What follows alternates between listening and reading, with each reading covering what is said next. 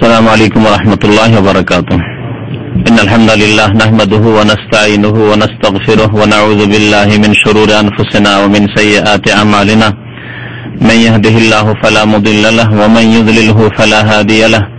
وأشهد أن لا إله إلا الله وحده لا شريك له وأشهد أن محمدا عبده ورسوله صلى الله تعالى عليه وعلى آله وصحبه وسلم تسليما كثيرا. أما بعد فأعوذ بالله من الشيطان الرجيم. بسم الله الرحمن الرحيم. سبح لله ما في السماوات وما في الأرض وهو العزيز الحكيم. يا أيها الذين آمنوا لما تقولون ما لا تفعلون كبر مقتا عند الله أن تقولوا ما لا تفعلون. আল্লাহ পাক রব্বুল আলামিনের সমস্ত প্রশংসা দরুদ ও সালাম নাযিল হোক প্রিয় নবী মুহাম্মদ সাল্লাল্লাহু আলাইহি সাল্লামের উপর। আল্লাহুম্মা সাল্লি আলাইহি আল্লাহুম্মা বারিক আলাইহি। আজকে তাফসীর করব ইনশাআল্লাহ তাআলা সূরাতুস সাফফের। এই সূরার নাম হচ্ছে সূরা আস-সাফ। আস-সাফ বা সাফ সাদ ফা ফা ফায়ে তাশদীদ দিয়ে। সাফ মানে হচ্ছে কাতার বা সারি, যা নামাজের যে লাইন বা কাতার সারিকে সাফ বলা হয়। নবী সাল্লাল্লাহু আলাইহি ওয়াসাল্লাম বলতেন আতিমুস সাফাল আউয়াল ফাল আউয়াল, তোমরা প্রথমে আগের কাতারগুলিকে পূরণ করো। এই সূরায় আল্লাহ পাক রব্বুল আলামিন জিহাদের ময়দানে সারিবদ্ধ হয়ে দাঁড়াতে বলেছেন শত্রুদের সামনে। এই শব্দকে নিয়ে এই সূরার নামকরণ হয়েছে সূরাতুস সাফ। এই সূরা নবী করিম সাল্লাল্লাহু আলাইহি ওয়াসাল্লামের মদিনার জীবনে নাযিল হয়েছে, মাদানী সূরা। মহান আল্লাহ এই সূরাকেও শুরু করেছেন তার তাসবিহ দিয়ে। আসমান জমিনে যা কিছু রয়েছে সবকিছুই আল্লাহ পাক রব্বুল আলামিনের তাসবিহ পাঠ করে, পবিত্রতা ঘোষণা করে।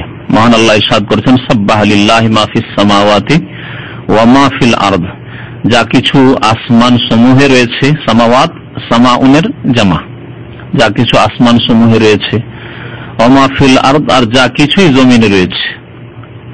আল্লাহ পাক রব্বুল আলামিন সমস্ত সৃষ্টি কি করে? সাব্বাহা লিল্লাহ, আল্লাহ পাকের তাসবিহ পাঠ করে, পবিত্রতা ঘোষণা করে। গত সপ্তাহে সূরাতুল জুমাতেও বলা হয়েছে সাব্বাহু লিল্লাহি মা ফিস সামাওয়াতি, ওখানে বলা হয়েছে আসমান জমিনে যা কিছু আছে তাসবিহ পাঠ করে। সেই তাসবিহ আমরা বুঝি না, যেমন কোরআন কারীমের অন্য আয়াতে মহান আল্লাহ বলেছেন ওয়াইন মিন শাইইন ইল্লা ইউসাব্বিহু বিহামদিহি। সূরা বনী ইসরাঈলে আল্লাহ পাক ইরশাদ করেছেন সমস্ত কিছুই আল্লাহ পাক রব্বুল আলামিনের তাসবিহ পাঠ করে, পবিত্রতা ঘোষণা করে। ওয়ালাকিন লা তাফকাহুনা তাসবিহাহুম, তবে তাদের তাসবিহ তোমরা বুঝতে পারো না। পশু পাখি তাসবিহ করে, গাছপালা তাসবিহ করে, বাড়িঘর তাসবিহ করে, আসমান জমিনের সমস্ত কিছুই তাসবিহ করে, কিন্তু তোমরা তা উপলব্ধি করতে পারো না। মহান আল্লাহ বলছেন তারপরে ওয়াহুয়াল আজিজুল হাকিম, সে আল্লাহ আজিজ। গত সপ্তাহে আজিজ মানে বলেছি, কে বলতে পারেন? আজিজ মানে সর্বজয়ী বা মহাপরাক্রান্ত, যার উপর কেউ জয়ী হতে পারে না, যিনি যা ইচ্ছা তাই করতে পারেন, তাকে কেউ হারাতে পারে না, সর্বজয়ী তিনি। আজিজের কয়টি অর্থ বলেছিলাম গত সপ্তাহে? চারটি না? আল হাকিম, আল্লাহ পাক রব্বুল আলামিন হাকিম। হাকিমের অর্থ কি? বিচারক না, হাকিম মানে বিচারক, আর হাকিম হিকমত থেকে হচ্ছে হাকিম, আর হুকুম থেকে হচ্ছে হাকিম। যে হাকিম বলে জজকে, বা কাজীকে হাকিম বলে, যেটা ওই মুঘল আমলের পরিভাষা। এখনো জজকে আমাদের দেশে হাকিম বলে, বলে না? হাকিম উকিল, অ্যাডভোকেট উকিল, আর হাকিম জজ। ইংরেজি এসে ইংরেজি ভাষা দখল করে নিয়েছে ওই মুঘল জামানার ফার্সি ভাষা বা আরবি ভাষাগুলির জায়গা। তো ওটা হাকিম হুকুম থেকে, হুকুম মানে ফয়সালা করা, ফয়সালা করে, বিচার করে, সেই জন্য হাকিম। সে হাকিম। এটা হচ্ছে হাকিম ইয়া দিয়ে, আলিফ নয়। হাকিমে হা আলিফ ছিল, কাফ মিম ছিল, এখানে হাকিম হা কাফ ইয়া হাকিম, হিকমত থেকে। হিকমত মানে প্রজ্ঞা। আল্লাহ পাক রব্বুল আলামিন হাকিম মানে আল্লাহ পাক রব্বুল আলামিন প্রত্যেকটি কথায়, অর্থাৎ প্রত্যেকটি বিধিবিধানে, প্রত্যেকটি আদেশ নিষেধে এবং প্রত্যেকটি সৃষ্টির ক্ষেত্রে তার কাজে এবং কথায় কি রয়েছে? হিকমত রয়েছে। তত্ত্ব রয়েছে, রহস্য রয়েছে, আমরা বুঝি আর না বুঝি, আর জানি আর না জানি, আমাদেরকে অল্প জ্ঞান দেওয়া হয়েছে। তো আল্লাহ পাক রব্বুল আলামিন 99টি নামের একটি নাম আজিজ আল্লাহ পাক, আরেকটি নাম হচ্ছে হাকিম। এখানে আল্লাহ পাকের দুইটি নাম আল্লাহ পাক উল্লেখ করেছেন।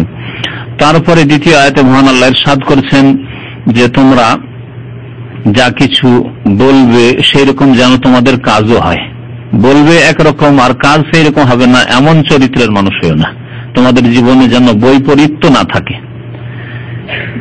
যেই মানুষ ভালো কথা বলে কিন্তু ভালো কাজ করে না, তার জীবনে বৈপরীত্য রয়েছে, জীবনে দ্বন্দ্ব রয়েছে, কথা একদিকে আর কাজ আর একদিকে, উল্টো দিকে।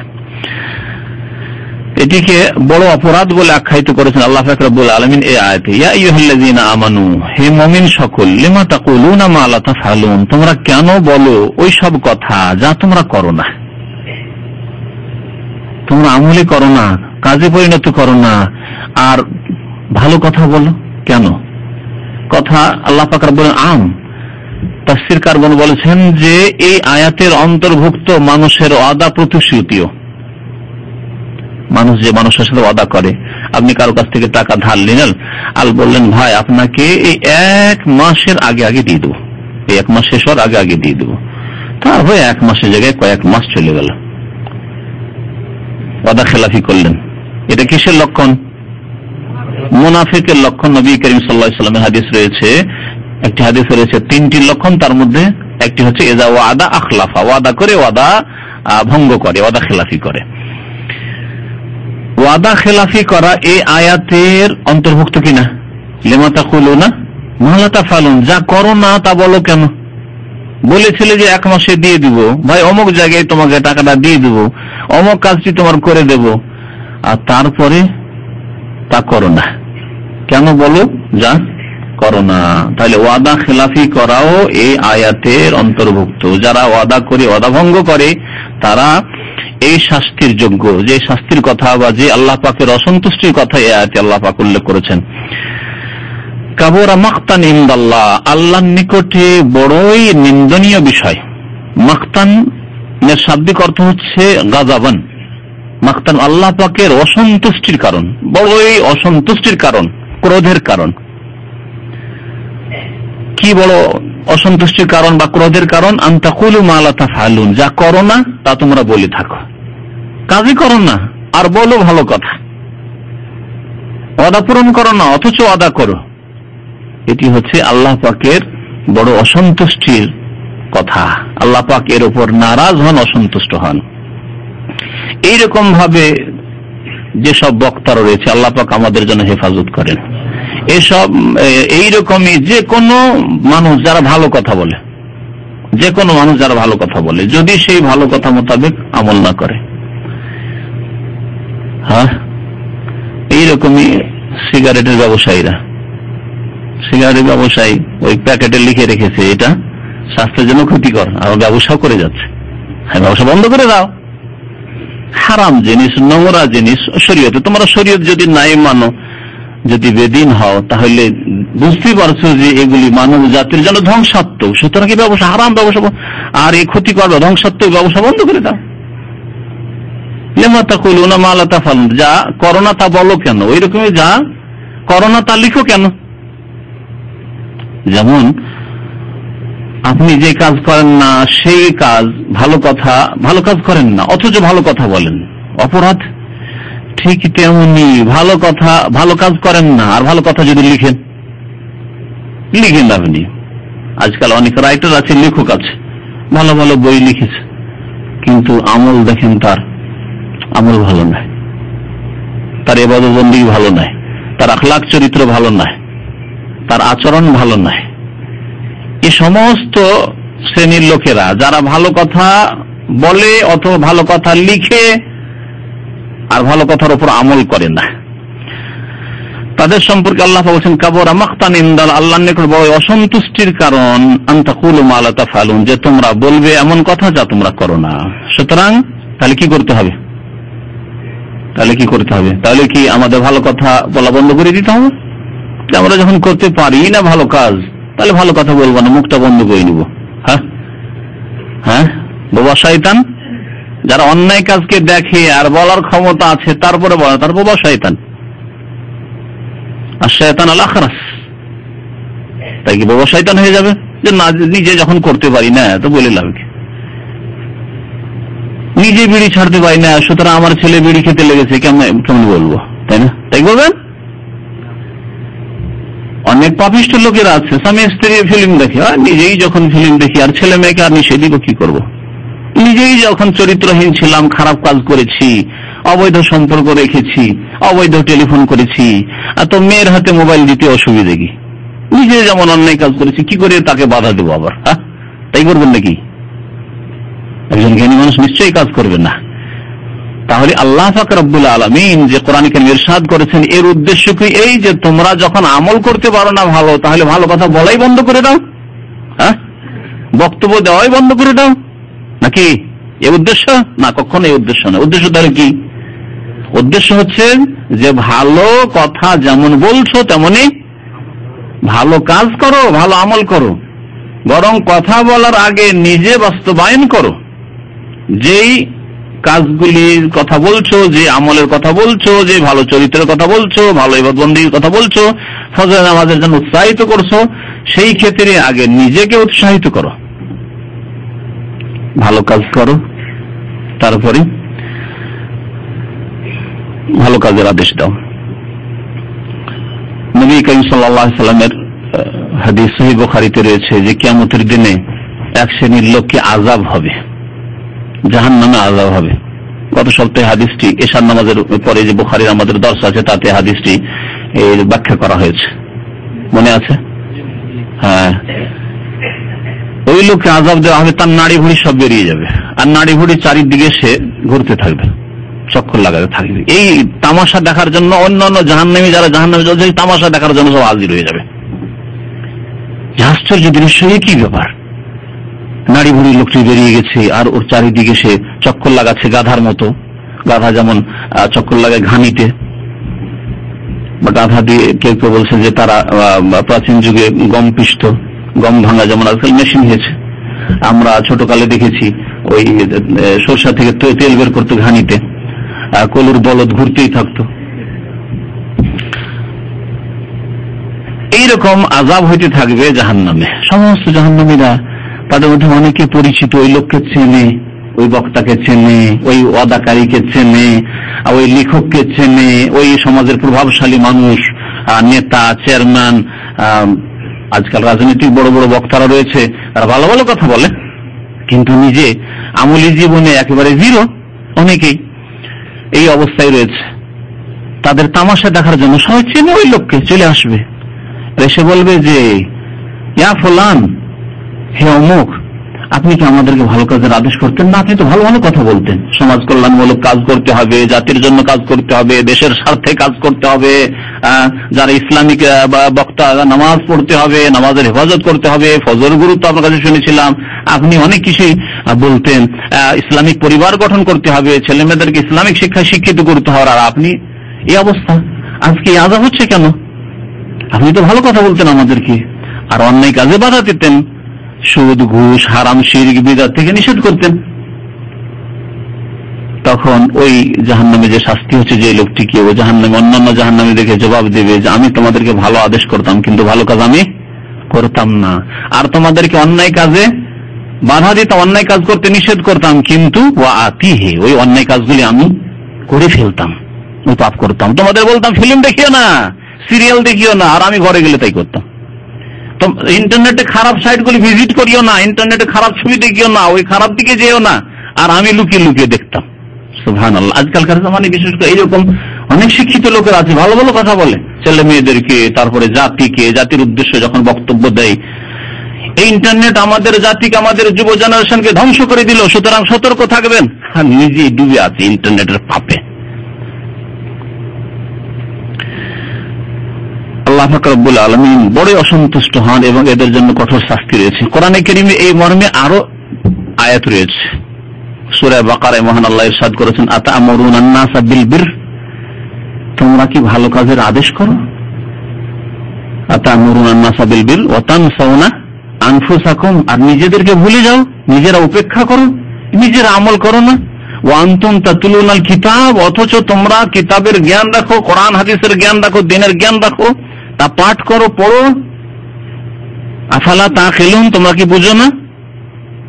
আল্লাহ তাহলে ধমক দিয়ে বলেছেন, এমন চরিত্র তোমাদের, ভালো কথা মানুষকে বলো, ভালো আদেশ দাও, আর নিজেদেরকে ভুলে যাও। বরং নিজে আগে এই কাজে আগে বাড়া উচিত ছিল, আমল করা উচিত ছিল। শোয়েব আলাইহিস সালামের দাওয়াতের ঘটনা কোরআনে কারীমে আল্লাহ উল্লেখ করতে গিয়ে বলেছেন, শোয়েব আলাইহিস সালামের ভাষায় জাতিকে বলতেন শোয়েব আলাইহিস সালাম, ওয়া উরিদু আন খালিফাকুম ফিমা আনহাকুম আনহু। আল্লাহ পাক বলছেন যে ক্ষেত্রে আমি তোমাদেরকে নিষেধ করেছি যে কাজ থেকে, সেগুলি আবার আমি করব, এরকম আমি চরিত্রের মানুষ নেই। তাই আম্বিয়া এবং রসুলগণের দাওয়াত এরকম ছিল। নবী রসুলগণের অনুসারী যারা হবে, উলামায়ে কেরাম, যারা ওয়াইজ, যারা বক্তা, যারা ইসলামের কথা বলবেন, তাদের চরিত্র আম্বিয়া এবং রসুলগণের চরিত্র হওয়া উচিত। যে এমন কাজ আমি করতে পারি না যেই ক্ষেত্রে তোমাদেরকে আমি বাধা দিচ্ছি, আমি নিষেধ করছি, আমি পাপ করতে নিষেধ করছি, আমি শিরক বিদআতে নিষেধ করছি, আমি দুনিয়ামুখী, দুনিয়ালোভী হতে, দুনিয়ার দিকে ছুটতে নিষেধ করছি, অন্যায় ভাবে দুনিয়া উপার্জন করবে না, আর আমি দুনিয়া ডুবে যাব। আমি বলছি যে ইসলামিক পরিবার গঠন করো, আর আমি ইসলামিক পরিবার গঠন করার চেষ্টা করব না। এইরকম চরিত্র আম্বিয়া রাসূলগণের নয়, আলেম ওলামাদের চরিত্র এরকম হওয়া উচিত নয়। এমনকি আপনি অভিভাবক হিসেবে শুধু আলেমদের উপরে সবকিছু চাপিয়ে দেবেন না। আপনি ছেলে মেয়েদের অভিভাবক, আপনি আপনার স্ত্রীর মালিক, এই ক্ষেত্রেও আপনি এই চরিত্রের মানুষ হবেন না যে আপনি চরিত্রহীন, আপনার নামাজে গাফিলতি, আপনার আল্লাহ পাক রব্বুল আলামিনের ফরজ ওয়াজিব বিধিবিধান পালন করার ক্ষেত্রে অলসতা, আর আপনি ভালো ভালো কথা বলেন, কোনো কাজ হবে না এটা।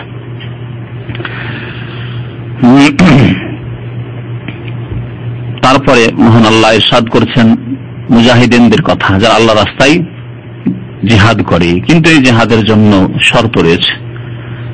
যেমন রোজার জন্য শর্ত রয়েছে, না নেই শর্ত? রোজা রাখার জন্য শর্ত আছে না নেই? না বিনা শর্তে সকলকে রোজা রাখতে হবে? প্রথম শর্ত হচ্ছে রোজা রাখার জন্য মুসলিম হইতে হবে।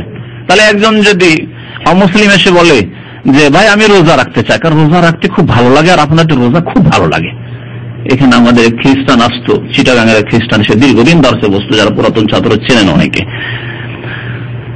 রোজা রাখতো রমজান মাসে, কয়েক বছর ধরে সে আসত, কিন্তু ইসলাম কবুল করার তৌফিক হইল না। তাকে কি বলবো? এ রোজা রাখাই লাভ নেই, ইমানবিহীন, বিশ্বাসবিহীন, ইমান ছাড়া, নামাজ ছাড়া রোজা রেখে লাভ নেই। জি, তাহলে প্রথম শর্ত হচ্ছে রোজা রাখার জন্য মুসলিম হইতে হবে। দ্বিতীয় শর্ত, বালেগ, সাবালক হইতে হবে।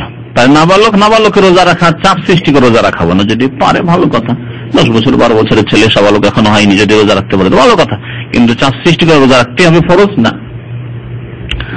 তারপরে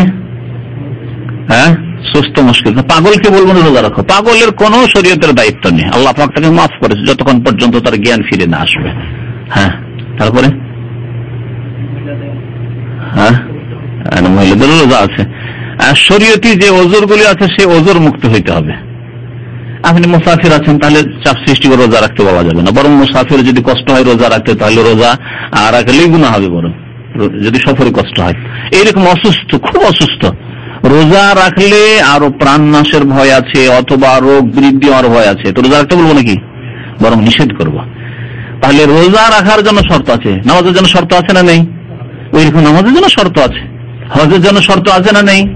শর্ত আছে। আপনার কাছে টাকা নেই, পয়সা নেই, কিন্তু হজ করার চরম বড় আকাঙ্ক্ষা, বেরিয়ে গেলেন রাস্তায়, 1 পয়সাও পকেটের নেই। তারপরে গাড়িতে বাসে চেপে গেলেন, বাসওয়ালা বলছে টিকিট, বলছে টিকিট আবার কি? আমার আকাঙ্ক্ষা হজ করবো, আমাকে ফিরিয়ে নিয়ে চলেন, হইল। আচ্ছা, তারপরে রাস্তায় খেতে হবে, কিছু নেই, তখন ওই পেট্রোল পাম্পে গিয়ে ভিক্ষা করা শুরু করলেন। কেন ভিক্ষা করছি? ভাই রোজা হজ করতে বেরিয়েছি, টাকা পয়সা আমার কাছে নেই, সেজন্য আল্লাহর রাস্তায় দান করেন, জায়েজ? তাহলে বুঝা গেল যে হজ করার জন্য কি আছে? শর্ত আছে। তার নামাজের জন্য শর্ত আছে, রোজার জন্য শর্ত আছে, যাকাতের জন্য শর্ত আছে না? সকলকে যাকাত ফরজ। একজন লোক ঋণী হয়ে আছে, নেশাবে পৌঁছেনি তার টাকা, তার যাকাত দিতে হবে নাকি? না ঋণ পরিশোধ করতে হবে? ঋণ আগে পরিশোধ করো, টাকা নিজের কাছে জমা রাখলে আবার দিতে হবে। ঋণ ওইদিকে আছে। এক শ্রেণীর লোক আজকাল আছে এরকম, ও ঋণও পরিশোধ করছে না, আর বলছে আমার ওপর 5 লাখ টাকা ঋণ আছে আর আমার কাছে 3 লাখ টাকা আছে, আমাকে কি জাকাত লাগবে? কারণ এই টাকা তো ঋণে ডুবে যাবে ঋণ পরিশোধ করলে, তাহলে আমি কেন জাকাত দেব? কি বলবেন ওকে? সুবিধাবাদী মুসলিম। ঋণও পরিশোধ করবে না, জালেম। ওইদিকে নবী সাল্লাল্লাহু আলাইহি ওয়াসাল্লাম মাতলুল গানি যুলমুন, জালেম এমনি বলিনি। নবী করিম সাল্লাল্লাহু আলাইহি ওয়াসাল্লাম বলেছেন সচ্ছল ব্যক্তি যদি টালবাহানা করে আর ঋণ পরিশোধ না করে তো এটা তার জুলম, সে জালেম। আপনার কাছে 3 লক্ষ টাকা আছে, নিজের ব্যবসাকে ঠিক রেখেছেন আর ঋণ পরিশোধ করছেন না, আর বলছে যে জাকাত কি জন্য দেবো, আমার তো 5 লাখ টাকা ঋণ আছে, আমার উপর এত টাকা আমার লোন আছে আমার উপর। না, আপনার কাছে যখন টাকা আছে জমা, 1 বছর ধরে জমা থাকছে আপনার কাছে, ঋণ পরিশোধ হয় করে দেন বছর পুরা হওয়ার আগে, আর না হলে বছর পুরা হলে আপনাকে জাকাত দিতে হবে। টাকার জাকাত হক আদায় করবেন না, টাকা কারো কাছে থাকবে এটা চলবে না। এই ঋণ পরিশোধ যদি করে দিতেন ওই ব্যক্তির কাছে টাকাটা যেত, তখন সে জাকাত দিতে পারত। আপনি কার হক নষ্ট করছেন? আল্লাহর হক নষ্ট করছেন, মারতে চাইছেন, আর ফকির হক নষ্ট করতে চাইছেন। তাহলে প্রত্যেক ইবাদত বন্দেগীর ক্ষেত্রে কি আছে? শর্ত আছে। জিহাদ ইবাদত না ইবাদত নয়? ইবাদত। তাহলে শর্ত আছে না নেই? জিহাদের জন্য শর্ত আছে। জাহেল মূর্খ এক শ্রেণীর লোকেরা অল্প সামান্য পড়াশোনা করে, ইসলাম সম্পর্কে যুবক ছেলেরা এমন কোন শিক্ষাও নেই, কোরআন হাদিস বুঝেও না, 1-2 হাদিস আয়াত মুখস্থ করে নিছে জিহাদ সম্পর্কে, আর তার বলছে যে না না না না এর নাম জিহাদ, সন্ত্রাসের নাম জিহাদ না, তারপর সন্ত্রাসী কাজে লিপ্ত হয়ে যায়। শর্ত আছে, নামাজের জন্য শর্ত, রোজার জন্য শর্ত, হজের জন্য শর্ত, যাকাতের জন্য শর্ত, সমস্ত ইবাদত বন্দেগী হুকুম আহকামের জন্য যখন শর্ত আছে, এই শর্ত পুরা যদি হয় আপনার কাছে, তাহলে সেই ইবাদত আপনার ফরজ বা সেই ইবাদতগুলি আপনি আদায় করবেন। তেমনি জিহাদ ফি সাবিলিল্লাহর ক্ষেত্রেও শর্ত আছে। জিহাদ ফি সাবিলিল্লাহ অত্যন্ত গুরুত্বপূর্ণ ইবাদত, কিন্তু এর জন্য শর্ত আছে। এই শর্ত যদি পুরা থাকে আমাদের কাছে তাহলে আছে, আর না হলে যখন শর্ত পুরা হবে আল্লাহ পাক তৌফিক দিবে তখন করব। আকাঙ্ক্ষা মনে থাকতে হবে, যেমন হজের আকাঙ্ক্ষা আছে কিন্তু হজ করতে পারি না, ঋণ মুক্তই হতে পারি না, আমার মক্কা পর্যন্ত পৌঁছার পয়সা নেই, হজ ফরজ নেই, কিন্তু মনে আকাঙ্ক্ষা আছে আল্লাহ যদি কোনোদিন পয়সা দেন তাহলে হজ করবো ইনশাআল্লাহ। আশা করি স্পষ্ট। তাহলে কোরআনে কারিমে যে জিহাদের বিষয়গুলি রয়েছে ঠিক তেমনি শর্ত পুরা করতে হবে। তার মধ্যে প্রথম শর্ত হচ্ছে যে ইন্নামাল ইমামু জুন্না, মুসলিম ইমাম হইতে হবে, শাসক হইতে হবে, যিনি আদেশ করবেন যে চলো আল্লাহ রাস্তায় এখন জিহাদ করতে হবে। ইউকাতালু মিন ওয়ারাইহি, নবী সাল্লাল্লাহু আলাইহি ওয়াসাল্লাম, তার পিছনে থেকে তার নেতৃত্বে জিহাদ করতে হবে। আর এমনি 2-4-10 জন যুবক কোন গ্রাম থেকে কোন শহর থেকে বেরিয়ে গেল, বলছে এর নাম জিহাদ না, কখনো এর নাম জিহাদ নয়, ফাসাদ, বরং এর নাম ফিতনা, ফাসাদ, বিপর্যয় সৃষ্টি করা। আল্লাহ পাক ইরশাদ করেছেন ইন্নাল্লাহু ইউহিব্বুল লাযিনা ইউকাতিলুন, নিশ্চয় আল্লাহ পাক রব্বুল আলামিন ভালোবাসেন ওই সব লোকদেরকে, ইউকাতিলুনা ফি সাবিলি, যারা তার রাস্তায় সশস্ত্র জিহাদ করে, যুদ্ধ করে, সাফান, সারিবদ্ধ হয়ে, সারিবদ্ধ হয়ে। তাহলে জিহাদ ফি সাবিলিল্লাহ সারিবদ্ধ হয়ে দাঁড়াতে হবে, বিক্ষিপ্ত নয়, এদিকে ওদিকে ছড়িয়ে ছিটিয়ে আছেন আর শুরু করে দিলেন না, এর নাম। তাহলে পরিকল্পনা তার জন্য হইতে হবে, এই না যে বিক্ষিপ্ত হয়ে এদিক সেদিক কোথাও ঝেড়ে দিলেন, যা হইল হইল, একজনকে মারলাম কিন্তু হাজার হাজার মুসলিমের ক্ষতি করে দিলাম, না, এর নাম জিহাদ নয়। নবী করিম সাল্লাল্লাহু আলাইহি ওয়াসাল্লাম এই জন্য জিহাদের ময়দানে বদরে, ওহদে সারি লাগাতেন, কে কোথায় দাঁড়াবে, ডান দিকে অমুক থাকবে, বাম দিকে অমুকের নেতৃত্বে কাজ হবে, মধ্যখানে মিডিলে অমুক থাকবে, অমুক নেতৃত্ব দেবে, পেছনে অমুক ব্যক্তি নেতৃত্ব দেবে, আর সামনে অমুক ব্যক্তি থাকবে। জিহাদের ময়দানে রাসূলুল্লাহ সাল্লাল্লাহু আলাইহি ওয়াসাল্লাম মুজাহিদদেরকে 5 ভাগে ভাগ করতেন, মায়মানা, মাইসারা, মুকদ্দমা, মুআখারা, বা মুকদ্দমা, কালব, সাকা, মধ্যখানে মিডিল, এইভাবে 5 ভাগে ভাগ করতেন নবী করিম সাল্লাল্লাহু আলাইহি ওয়াসাল্লাম। এছাড়া ওহদের ময়দানে কি করলেন, ওই ছোট্ট একটি পাহাড় যে জাবালে রুমা, তার 50 জনকে নিযুক্ত করে দিলেন, তোমরা এখানেই থাকবে, আমরা নিচে জিহাদ করব, তোমরা কখনো নিচে নামবে না যতক্ষণ পর্যন্ত আমার আদেশ না হবে। যদি দেখো যে আমরা সবাই শহীদ হয়ে গেছি, তারপরেও নিচে নামবে না। কত শক্ত আদেশ ছিল, রণকৌশল, এর নাম জিহাদের কৌশল। সারিবদ্ধভাবে জিহাদ করতে হবে, বিক্ষিপ্ত না, না না, যে যেখানে পারি মারি মরি, এর নাম জিহাদ নেই। আল্লাহ পাকের জন্য সাফফান বলেছেন, কাআন্নাহুম বুনিয়ানুম মারসুস, যেন তারা সীসা গলা প্রাচীরের মতো। বুনিয়ান বিল্ডিং কে বলে, বানায়াবনি, আজকাল বেনা বলছে, বানায়া বিনি মানে কোন জিনিস বানানো বা তৈরি করা। বুনিয়াল ইসলাম আলা খামসিন, ইসলামের ভিত্তি স্থাপন করা হয়েছে, তৈরি করা হয়েছে 5টি বিষয়ের উপর। বুনিয়া কান্নাহুম বুনিয়ানুম মারসুস, রাসাস মানে হচ্ছে সীসা। বুনিয়ান এমন প্রাচীর বা এমন ঘর যা সীসা গলানো, সীসা গলিয়ে তৈরি করা হয়েছে, যা ভাঙার নয়। এইরকম মজবুত হয়ে তোমরা সারিবদ্ধ হবে, যাতে করে তোমাদের এই সারি ছেদ করে কোন কাফের আল্লাহর শত্রু প্রবেশ না করতে পারে বা তোমাদেরকে ছত্রভঙ্গ না করতে পারে। তারপরে আল্লাহ পাক রব্বুল মূসা আলাইহিস সালামের কথা উল্লেখ করেছেন, ওয়াইজ ক্বালা মূসা লিকাওমিহি ইয়া কওমি লিমা তুযুনানি ওয়া ক্বাদ তা'লামুনা আন্নী রাসূলুল্লাহি ইলাইকুম। আপনার সামনের দিকে চলে আসেন, স্মরণ করো। এই ওয়াইজ যেখানে কোরআনে কারীমের আয়াত আছে সেখানে অনুবাদকরা স্মরণ করো লিখেছেন, আমরা বলি স্মরণ করো, কারণ এখানে একটি শব্দ উজ্জ আছে, ওয়াজকুর, স্মরণ করো ওই সময়কে বা ওই ইতিহাসকে স্মরণ করো। ইজকাল ওয়া ইজকালা, যখন বলেছিলেন মূসা আলাইহিস সালাম লিকাওমিহি, তার জাতিকে, ইয়া কওমে, হে আমার সম্প্রদায়, হে আমার জাতি, লিমা তুযুনানি, আমাকে তোমরা কেন কষ্ট দিচ্ছ, ওয়া ক্বাদ তা'লামুন, অথচ তোমরা ভালো করেই জানো, আন্নী রাসূলুল্লাহ ইলাইকুম, আমি তোমাদের উদ্দেশ্যে আল্লাহ পাকের পক্ষ থেকে রাসূল হয়ে প্রেরিত হয়েছি। আমি সাধারণ মানুষ নই তোমাদের মতো, আমি আল্লাহর পক্ষ থেকে রাসূল হয়ে আদিষ্ট হয়েছি তোমাদের রিসালাত, আল্লাহর সংবাদ, আসমানের বিধান পৌঁছে দেওয়ার জন্য। আমাকে কেন কষ্ট দিচ্ছ? কি কষ্ট দিয়েছিল তারা? গত সপ্তাহে বলেছিলাম না, ঘটনা বলিনি? মূসা আলাইহিস সালামের গোসল করার কথা, আর পাথর পালাইতে শুরু করলো কাপড় নিয়ে, বলেছিলাম গত সপ্তাহে। কষ্ট দিত তারা কথার দ্বারা, যে মূসা আলাইহিস সালাম আমাদের সামনে কেন গোসল করেন না? আমরা সেই জামানায় উলঙ্গ হয়ে গোসল করা হয়তো জায়েজ ছিল, যদি পুরো উলঙ্গ হয়ে গোসল করে, হতে পারে আগের দিনে অনেক কিছু জায়েজ ছিল। এখনো জঙ্গলের মানুষ লেবাস পোশাক পরতে জানে না, সেই যুগে লেবাস পোশাকের অভাব ছিল, হয়তো গোসল করার সময় একটি কাপড় ছাড়া আর 2টি কাপড় নেই, আল্লাহ পাক ওই শরীয়তে জায়েজ রেখেছিল। কিন্তু ইসলামী শরীয়তে নবী করিম সাল্লাল্লাহু আলাইহি ওয়াসাল্লাম যে দিন, যে কোরআন নিয়ে এসেছেন এই শরীয়তে, এই হাদিসে, উলঙ্গ হওয়া কোন স্ত্রী ছাড়া বা স্ত্রীর স্বামী ছাড়া অন্য কারো সামনে, সাবালক মানুষের জায়েজ নয়, হারাম, লজ্জা স্থান আবৃত করা ফরজ। তো তারা কষ্ট দিত বিভিন্ন ভাবে, বিভিন্ন কথা বললে। কেউ বলতো না সাদা রোগ আছে, কেউ বলতো যে কুষ্ঠরোগী সেজন্য ঢেকে রাখে, কেউ বলতো যে না তার একসেরা আছে, একটি অন্ডকোষ বড় আছে, ইত্যাদি নানা রকমের কথাবার্তা বলতো।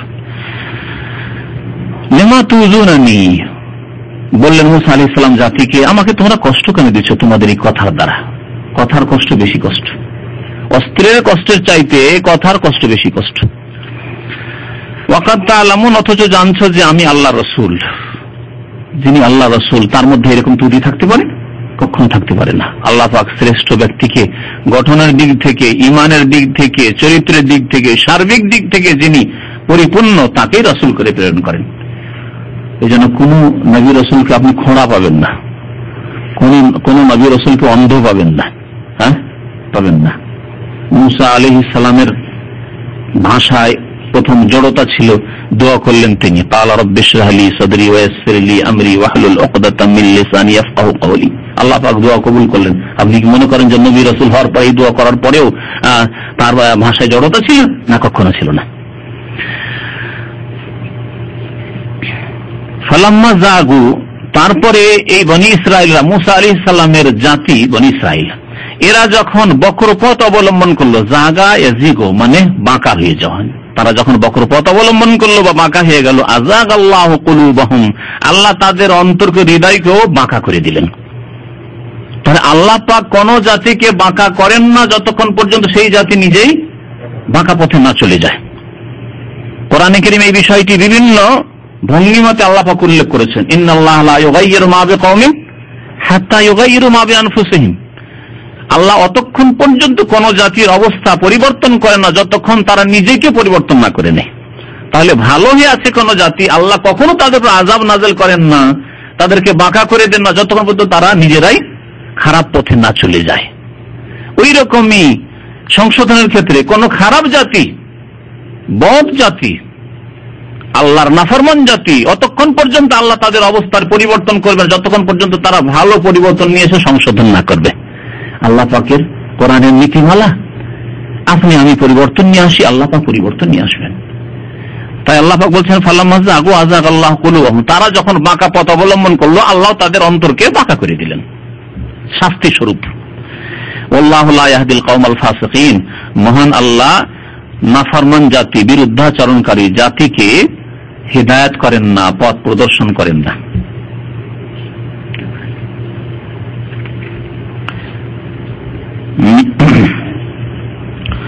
তারপর আল্লাহ পাক রব্বুল আলামিন ঈসা আলাইহিস সালামের কথা উল্লেখ করেছেন একটি আয়াত, ওয়াইজ ক্বালা ঈসা ইবনে মারইয়াম ইয়া বনি ইসরাঈল। আর স্মরণ করো ঈসা আলাইহিস সালামের ইতিহাস। আর কোরআনে কারীমের ইতিহাস সত্য ইতিহাস, সত্য ঘটনা। মানুষ যে সব কথা লিখেছে তাতে কমিয়ে দেওয়া হয়েছে অথবা বাড়িয়ে দেওয়া হয়েছে, কিন্তু আল্লাহ পাক রব্বুল আলামিন সত্য ইতিহাস কোরআনে কারীমে তুলে ধরেছেন। কারণ কোরআন হচ্ছে আল্লাহ পাকের কালাম, যা কোনো মানুষের রচিত নয়। মহান আল্লাহ বলছেন, স্মরণ করো ওই সময়কালকে বা ওই ঘটনাকে যখন ঈসা ইবনে মারইয়াম, মারইয়ামের পুত্র ঈসা আলাইহিস সালাম বলেছিলেন, ইয়া বনি ইসরাঈল, হে ইসরাইল বংশের লোকেরা। বনি ইসরাইল মানে আওলাদ ইসরাইল, বনিন ছিল আসলে। বনিন বনুন মানে হচ্ছে সন্তান।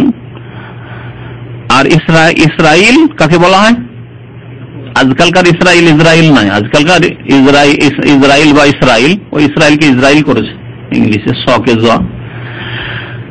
এটা হচ্ছে ইহুদিদের যে দখল করা, ফিলিস্তিন দখল করা যে দেশের নাম তারা রেখেছে, ফিলিস্তিনিদের দেশ, মুসলিমদের দেশ, সেই দেশকে ইহুদিরা দখল করেছে এবং দখল করিয়ে দেওয়া হয়েছে জালেমদের পক্ষ থেকে। এই ইহুদিদেরকে তুলে দেওয়া হয়েছে, এই দেশের নাম তারা রেখেছে ইসরাইল বা ইসরাইল। কিন্তু তার পূর্বে ইসরাইল নাম ছিল কার? ইসরাইল তাহলে কোন খারাপ ব্যক্তির নাম ছিল না, ইসরাইল নাম ছিল ইয়াকুব আলাইহিস সালামের। কুল্লু তামি কানা হিল্লাল লিবানি ইসরাঈলা ইল্লা মা হারামা ইসরাঈলু আলা নাফসিহি। আল্লাহ পাক রব্বুল আলামিন কোরআন কারীমের একটি আয়াতে ইরশাদ করেছেন, কুল্লু তামি কানা হিল্লাল লিবানি, সমস্ত খাবার সবকিছু আল্লাহ পাক হালাল করেছেন বনি ইসরাঈলদের জন্য। ইসরাইল গোত্রের লোকদের জন্য আল্লাহ পাক সমস্ত খাবার হালাল করেছিলেন। গরু হালাল ছিল, ছাগল হালাল ছিল, আবার গরুর গোস্তের মধ্যে সবকিছু হালাল। নাড়ি বুড়ি যেমন আমরা আজকাল খাচ্ছি, বট খাচ্ছেন, তারপরে যাই কিছু খাচ্ছেন, পায়া খাচ্ছেন, সব হালাল। হ্যাঁ, চর্বিও খান, হালাল না? হালাল নাই? উট হালাল। হ্যাঁ, ইল্লা মা হারামা ইসরাঈল আলা নাফসি, তবে ইসরাঈল আলাইহিস সালাম যা নিজের জন্য হারাম করে নিয়েছিলেন, তিনি নবী ছিলেন, হারাম করে নিয়েছিলেন, তা হারাম করে দেওয়া হয়েছে। তা কি ছিল বলতে পারেন? হ্যাঁ, উট। তার কোন এক অসুখ ছিল যা উটের গোশত ক্ষতি করত, তিনি হারাম করে নিয়েছিলেন, আল্লাহ পাক হারাম করে দিলেন। তাহলে ইল্লা মা হারামা, যা ইসরাইল হারাম করেছিলেন, অর্থাৎ ইসরাইল আলাইহিস সালাম, তিনি কে? ইয়াকুব আলাইহিস সালাম। তো ইয়াকুব আলাইহিস সালামের অপর নাম হচ্ছে ইসরাইল। ইয়াবানি ইসরাইলদের, ইসরাইল আলাইহিস সালামের সন্তান মানে ইয়াকুব আলাইহিস সালামের বংশ পরম্পরা, যারা যেসব জাতি পৃথিবীতে এসেছে তাদেরকে বলা হয়েছে। মুসা আলাইহিস সালামের অনুসারীরা, সেই দেশের লোকেরা, যে জাতির জন্য তিনি প্রেরিত হয়েছিলেন। ঈসা আলাইহিস সালাম যে জাতির জন্য প্রেরিত হয়েছিলেন, তারা বনি ইসরাইল। হে বনি ইসরাইল, ইন্নী রাসূলুল্লাহ ইলাইকুম, আমি নিশ্চয় আমি তোমাদের জন্য আল্লাহ পাকের পক্ষ থেকে রাসূল। মুসাদ্দিকান লিমা বাইনা ইয়াদাইয়া মিনাত তাওরাত, আমি সত্যায়নকারী। লিমা বাইনা ইয়াদাই, যা পূর্বে বা আমার সামনে রয়েছে, মিনাত তাওরাত অর্থাৎ তাওরাত, আমার পূর্বে যে তাওরাত নাযিল হয়েছে, এই তাওরাতের আমি সত্যায়নকারী। অর্থাৎ তাওরাতে যে বিধিবিধানগুলি রয়েছে, সেই বিধিবিধানগুলিকে অক্ষুণ্ণ রেখে সেগুলির প্রতি আমল করো, এর সত্যায়ন করার জন্য আমি এসেছি। ঈসা আলাইহিস সালামের উপর ইনজিল যে নাযিল হয়েছিল, তাতে ছিল সুসংবাদ, তাতে ছিল বেশ কিছু বিষয়াদি, কিন্তু তার সাথে সাথে তাওরাতের উপর আমল করতে বলা হয়েছিল ঈসা আলাইহিস সালামের অনুসারীদেরকে, যে তাওরাতে যা আছে তাতে হুকুম আহকাম বিধিবিধান মাসলা মাসাইল আছে, তার প্রতি আমল করো, যেটাকে আজকালকার ইংরেজি ভাষায় বলা হয় ওল্ড টেস্টামেন্ট, তাওরাতের অংশটাকে, যেটা মুসা আলাইহিস সালাম নাযিল হয়েছে। আর ইনজিলকে বলা হয় নিউ টেস্টামেন্ট, পুরাতন অনুশাসন আর নতুন অনুশাসন। কোরআনে কারীম আগের কিতাবকে যেমন সমস্ত কিতাবকে রহিত করে দিয়েছে, মনসুখ করেছে, ইনজিল দ্বারা তাওরাতকে মনসুখ করা হয়নি। এই আয়াত প্রমাণ করে মুসাদ্দিকাল লিমা বাইনা ইয়াদাই মিনাত তাওরাত, আমার পূর্বে যে তাওরাত নাযিল হয়েছে তার সত্যায়নকারী হিসাবে আমি প্রেরিত হয়েছি। ওয়া মুবাশশিরা, আর সুসংবাদদাতা হিসাবে আমি প্রেরিত হয়েছি। কিসের সুসংবাদদাতা? বিরাসূলিন, একজন রাসূলের সুসংবাদ দেওয়ার জন্য আমি প্রেরিত হয়েছি। ইয়াতি মিন বাদি, যিনি আসবেন আমার পরে, আগমন করবেন আমার পরে। ইসমুহু আহমদ, যার নাম হবে আহমদ। কার নাম আহমদ? মুহাম্মদ সাল্লাল্লাহু আলাইহি ওয়াসাল্লামের নাম হচ্ছে আহমদ। নবী করিম সাল্লাল্লাহু আলাইহি ওয়াসাল্লামের বহু নাম ছিল। সহিহ বুখারীতে একটি হাদিস রয়েছে যে আমার নাম মুহাম্মদ, আমার নাম আহমদ, দুটি নাম। তারপরে আর কোন নাম মনে আছে? ওয়া আনাল মাহি আল্লাযী ইয়ামহু বিল কুফরা, আর আমার নাম হচ্ছে আল মাহি। মাহি মানে নিশ্চিহ্নকারী। আমার দ্বারা আল্লাহ পাক কুফরিকে নিশ্চিহ্ন করে দেবেন। দেখেন, মক্কা থেকে কুফরিকে আল্লাহ নিশ্চিহ্ন করে দিয়েছেন, সাফ করে দিয়েছেন। মদিনা থেকে, আরব উপদ্বীপ থেকে আল্লাহ পাক শিরক কুফরিকে নিশ্চিহ্ন করে দিয়েছেন। আর আমার নাম হচ্ছে, আর কি কোন নাম মনে আছে ওই হাদিসের? ওয়া আনাল হাসির, আমার নাম হচ্ছে হাসির বা আল হাসির। হাসির মানে সমবেতকারী। আল্লাযী ইউহসারুন নাসু আলা আকিবাই, আমি প্রথম বিচার দিবসে উপস্থিত, আমার পিছনে পিছনে সব লোককে সমবেত করা হবে, একত্রিত করা হবে বিচার দিবসে। নবী সাল্লাল্লাহু আলাইহি ওয়াসাল্লামের নাম এই জন্য হাসির। আর একটি নাম উল্লেখ করা হয়েছে ওই হাদিসে, আকিব। হ্যাঁ, ওয়া আনাল আকিব, আর আমার নাম হচ্ছে আল আকিব আল্লাযী লাইসা বাদি নবিয়্যুন, কারণ আমার পরে কোন নবী আগমন করবেন না। আকিব বলা হয় শেষকে, পরিশেষ, শেষ একেবারে, তারপরে আর কিছু নেই। রাসূলুল্লাহ সাল্লাল্লাহু আলাইহি ওয়াসাল্লাম আকিব, তারপরে আর কোন নবী আসবে না। সুতরাং এর পরেও যদি কেউ, আর কোরআনে কারীমে আছে খাতামুন নবীন, আল্লাহ পাক নবীকে কি বলেছেন? খাতামুন, সমস্ত নবীদের শেষ তিনি। তারপরে যদি কেউ বলে যে আর কোন নবী আসবে বা এসেছিল, মির্জা গোলাম আহমদ কাদিয়ানী নবী, তাহলে সে মুসলিম নয়, কারণ সেই ব্যক্তি কালেমা তাইয়্যিবার যে দুটি অংশ রয়েছে, লা ইলাহা ইল্লাল্লাহর শাহাদাত দিতে হবে আর মুহাম্মদুর রাসূলুল্লাহ শাহাদাত দিতে হবে। মুহাম্মদুর রাসূলুল্লাহর শাহাদাতের অন্তর্ভুক্ত হচ্ছে যে তাকে খাতামুন নবীন হিসাবে বিশ্বাস করতে হবে, তিনি শেষ নবী, তারপর আর কোন নবী আসবে না। সুতরাং যারাই বলবে যে মির্জা গোলাম আহমদ কাদিয়ানী নবী ছিল, যে কোনো রকমের নবী বলুক না কেন, সে মুসলিম নয়, কারণ সে কলেমার অর্ধেককে অস্বীকার করল। আর যে অস্বীকারী, কাফের মানে কি? কাফের মানে অস্বীকারী, যে দ্বীনের স্পষ্ট বিষয়কে অস্বীকার করবে, নামাজকে অস্বীকার করবে, রোজাকে অস্বীকার করবে, যাকাতকে অস্বীকার করবে, হজকে অস্বীকার করবে, ঠিক না? সে যদি কাফের হয়ে যায়, যে জেনা হারাম হওয়াকে অস্বীকার করবে, সে যদি কাফের হয়ে যায়, যদি কেউ মদ হারাম নয় কিন্তু মদ হারাম হওয়াকে অস্বীকার করে, তো কাফের হবে না? হবে না? তাহলে যেই ব্যক্তি কালেমা লা ইলাহা ইল্লাল্লাহ আর মুহাম্মদুর রাসূলুল্লাহর এক অংশকে অস্বীকার করে দিল, সে নিঃসন্দেহে মুসলিম নয়। মুসলিম থাকতে পারবে? কখনো থাকবে না। আল্লাহ পাক যেন হিদায়াত দান করেন ওই সব লোকদেরকে যারা মুসলিমদের মধ্য থেকে বিভ্রান্তির শিকার হচ্ছে অথবা পয়সার লোভে তারা ঈমানকে বিক্রি করে দিচ্ছে। আল্লাহ আমাদের হেফাজত করুন। প্রথমে ঈসা আলাইহিস সালাম সুসংবাদ দিয়েছিলেন, এই সুসংবাদ ইনজিলে মজুদ রয়েছে, যে কথা আল্লাহ কোরআনে এখানে উল্লেখ করেছেন। ফালাম্মা জাআহুম বিল বায়িনাত, যখন যার সুসংবাদ দেওয়া হয়েছিল, কার সুসংবাদ দেওয়া হয়েছিল? মুহাম্মদ সাল্লাল্লাহু আলাইহি সাল্লাম, আল্লাহ রাসূল, এই কথা সুসংবাদ দেওয়া হয়েছিল আমার পরে আসবেন। যখন তিনি আগমন করলেন বিল বায়িনাত, সুস্পষ্ট দলিল প্রমাণ নিয়ে, আল কোরআন নিয়ে, এটা বায়িনাত। আর বায়িনাত হচ্ছে মুজিজা। নবী সাল্লাল্লাহু আলাইহি সাল্লাম বহু মুজিজা দেখালেন, অলৌকিক ঘটনা দেখালেন। চাঁদ দুটুকরো হইল মেরাজ তার মুজিজা, কোরআনে কারীম, স্বয়ং কোরআনে কারীমের ভাষা অলংকার রাসূলুল্লাহ সাল্লাল্লাহু আলাইহি ওয়াসাল্লাম মুজিজা। নবী করিম সাল্লাল্লাহু আলাইহি ওয়াসাল্লামের বহু মুজিজা তার জীবনে আল্লাহ পাক তার হাতে দেখিয়েছেন। যখন সেগুলি নিয়ে আসলেন কালু, তখন এই লোকেরা, ইহুদিরা, খ্রিস্টানরা, বনি ইসরায়েলরা কি বললো? কালু বললো হাযা সিহরুম মুবিন, এটা সুস্পষ্ট জাদু। চাঁদ দুটুকরো হলো, আরে চাঁদের উপর জাদু করে দিয়েছে, সুস্পষ্ট জাদু। মক্কার কাফেররা যেমন বললো, তেমনি বনি ইসরায়েলদের কাফেররাও তাই বললো, অস্বীকার করলো। আল্লাহ পাক তাদের সম্পর্কে বলছেন ওমান আযলামু মিম্মান ইফতারা আলাল্লাহিল কাযিব, ওর চাইতে বড় জালেম আর কি আছে, বা ওদের চাইতে বড় জালেম আর কে হতে পারে, মানে তাদের চাইতে বড় আর জালেম পৃথিবীতে কেউ নেই। কারা তারা? ইফতারা আলাল্লাহিল কাযিব, যারা আল্লাহর উপর মিথ্যা রচনা করেছে। আল্লাহ পাক মুহাম্মদ সাল্লাল্লাহু আলাইহি ওয়াসাল্লামকে রাসূল করে প্রেরণ করলেন, তারা বলল যে না না, জাদুকর, এ তো কাব্য রচনা করছে, শায়ের, এ তো মজনুন, এ তো পাগল, এ তো কাহিনী গণক। অথবা এইরকমই দিন সম্পর্কে, ইসলাম সম্পর্কে, ইসলামের বিধিবিধান সম্পর্কে যে নিজের মন গড়া কথা বলল, বিদাতিরা এর অন্তর্ভুক্ত, যা ইসলামে নেই অথচ ইসলামের মধ্যে ঢুকিয়ে দিল। ওদের চাইতে বড় জালেম আর কি আছে? ইফতারা আলাল্লাহি কাযিবা। আল্লাহ এটা চেয়েছেন, আল্লাহ এটা ভালোবাসেন, আল্লাহ এর উপর নেকি দিবেন। বিদাতিরা এই আকীদা রাখে না? হ্যাঁ, যে এই কাজ করলে এতে নেকি পাবো, সবের কাজ করছি। এদের চাইতে বড় জালেম আর কেউ নেই।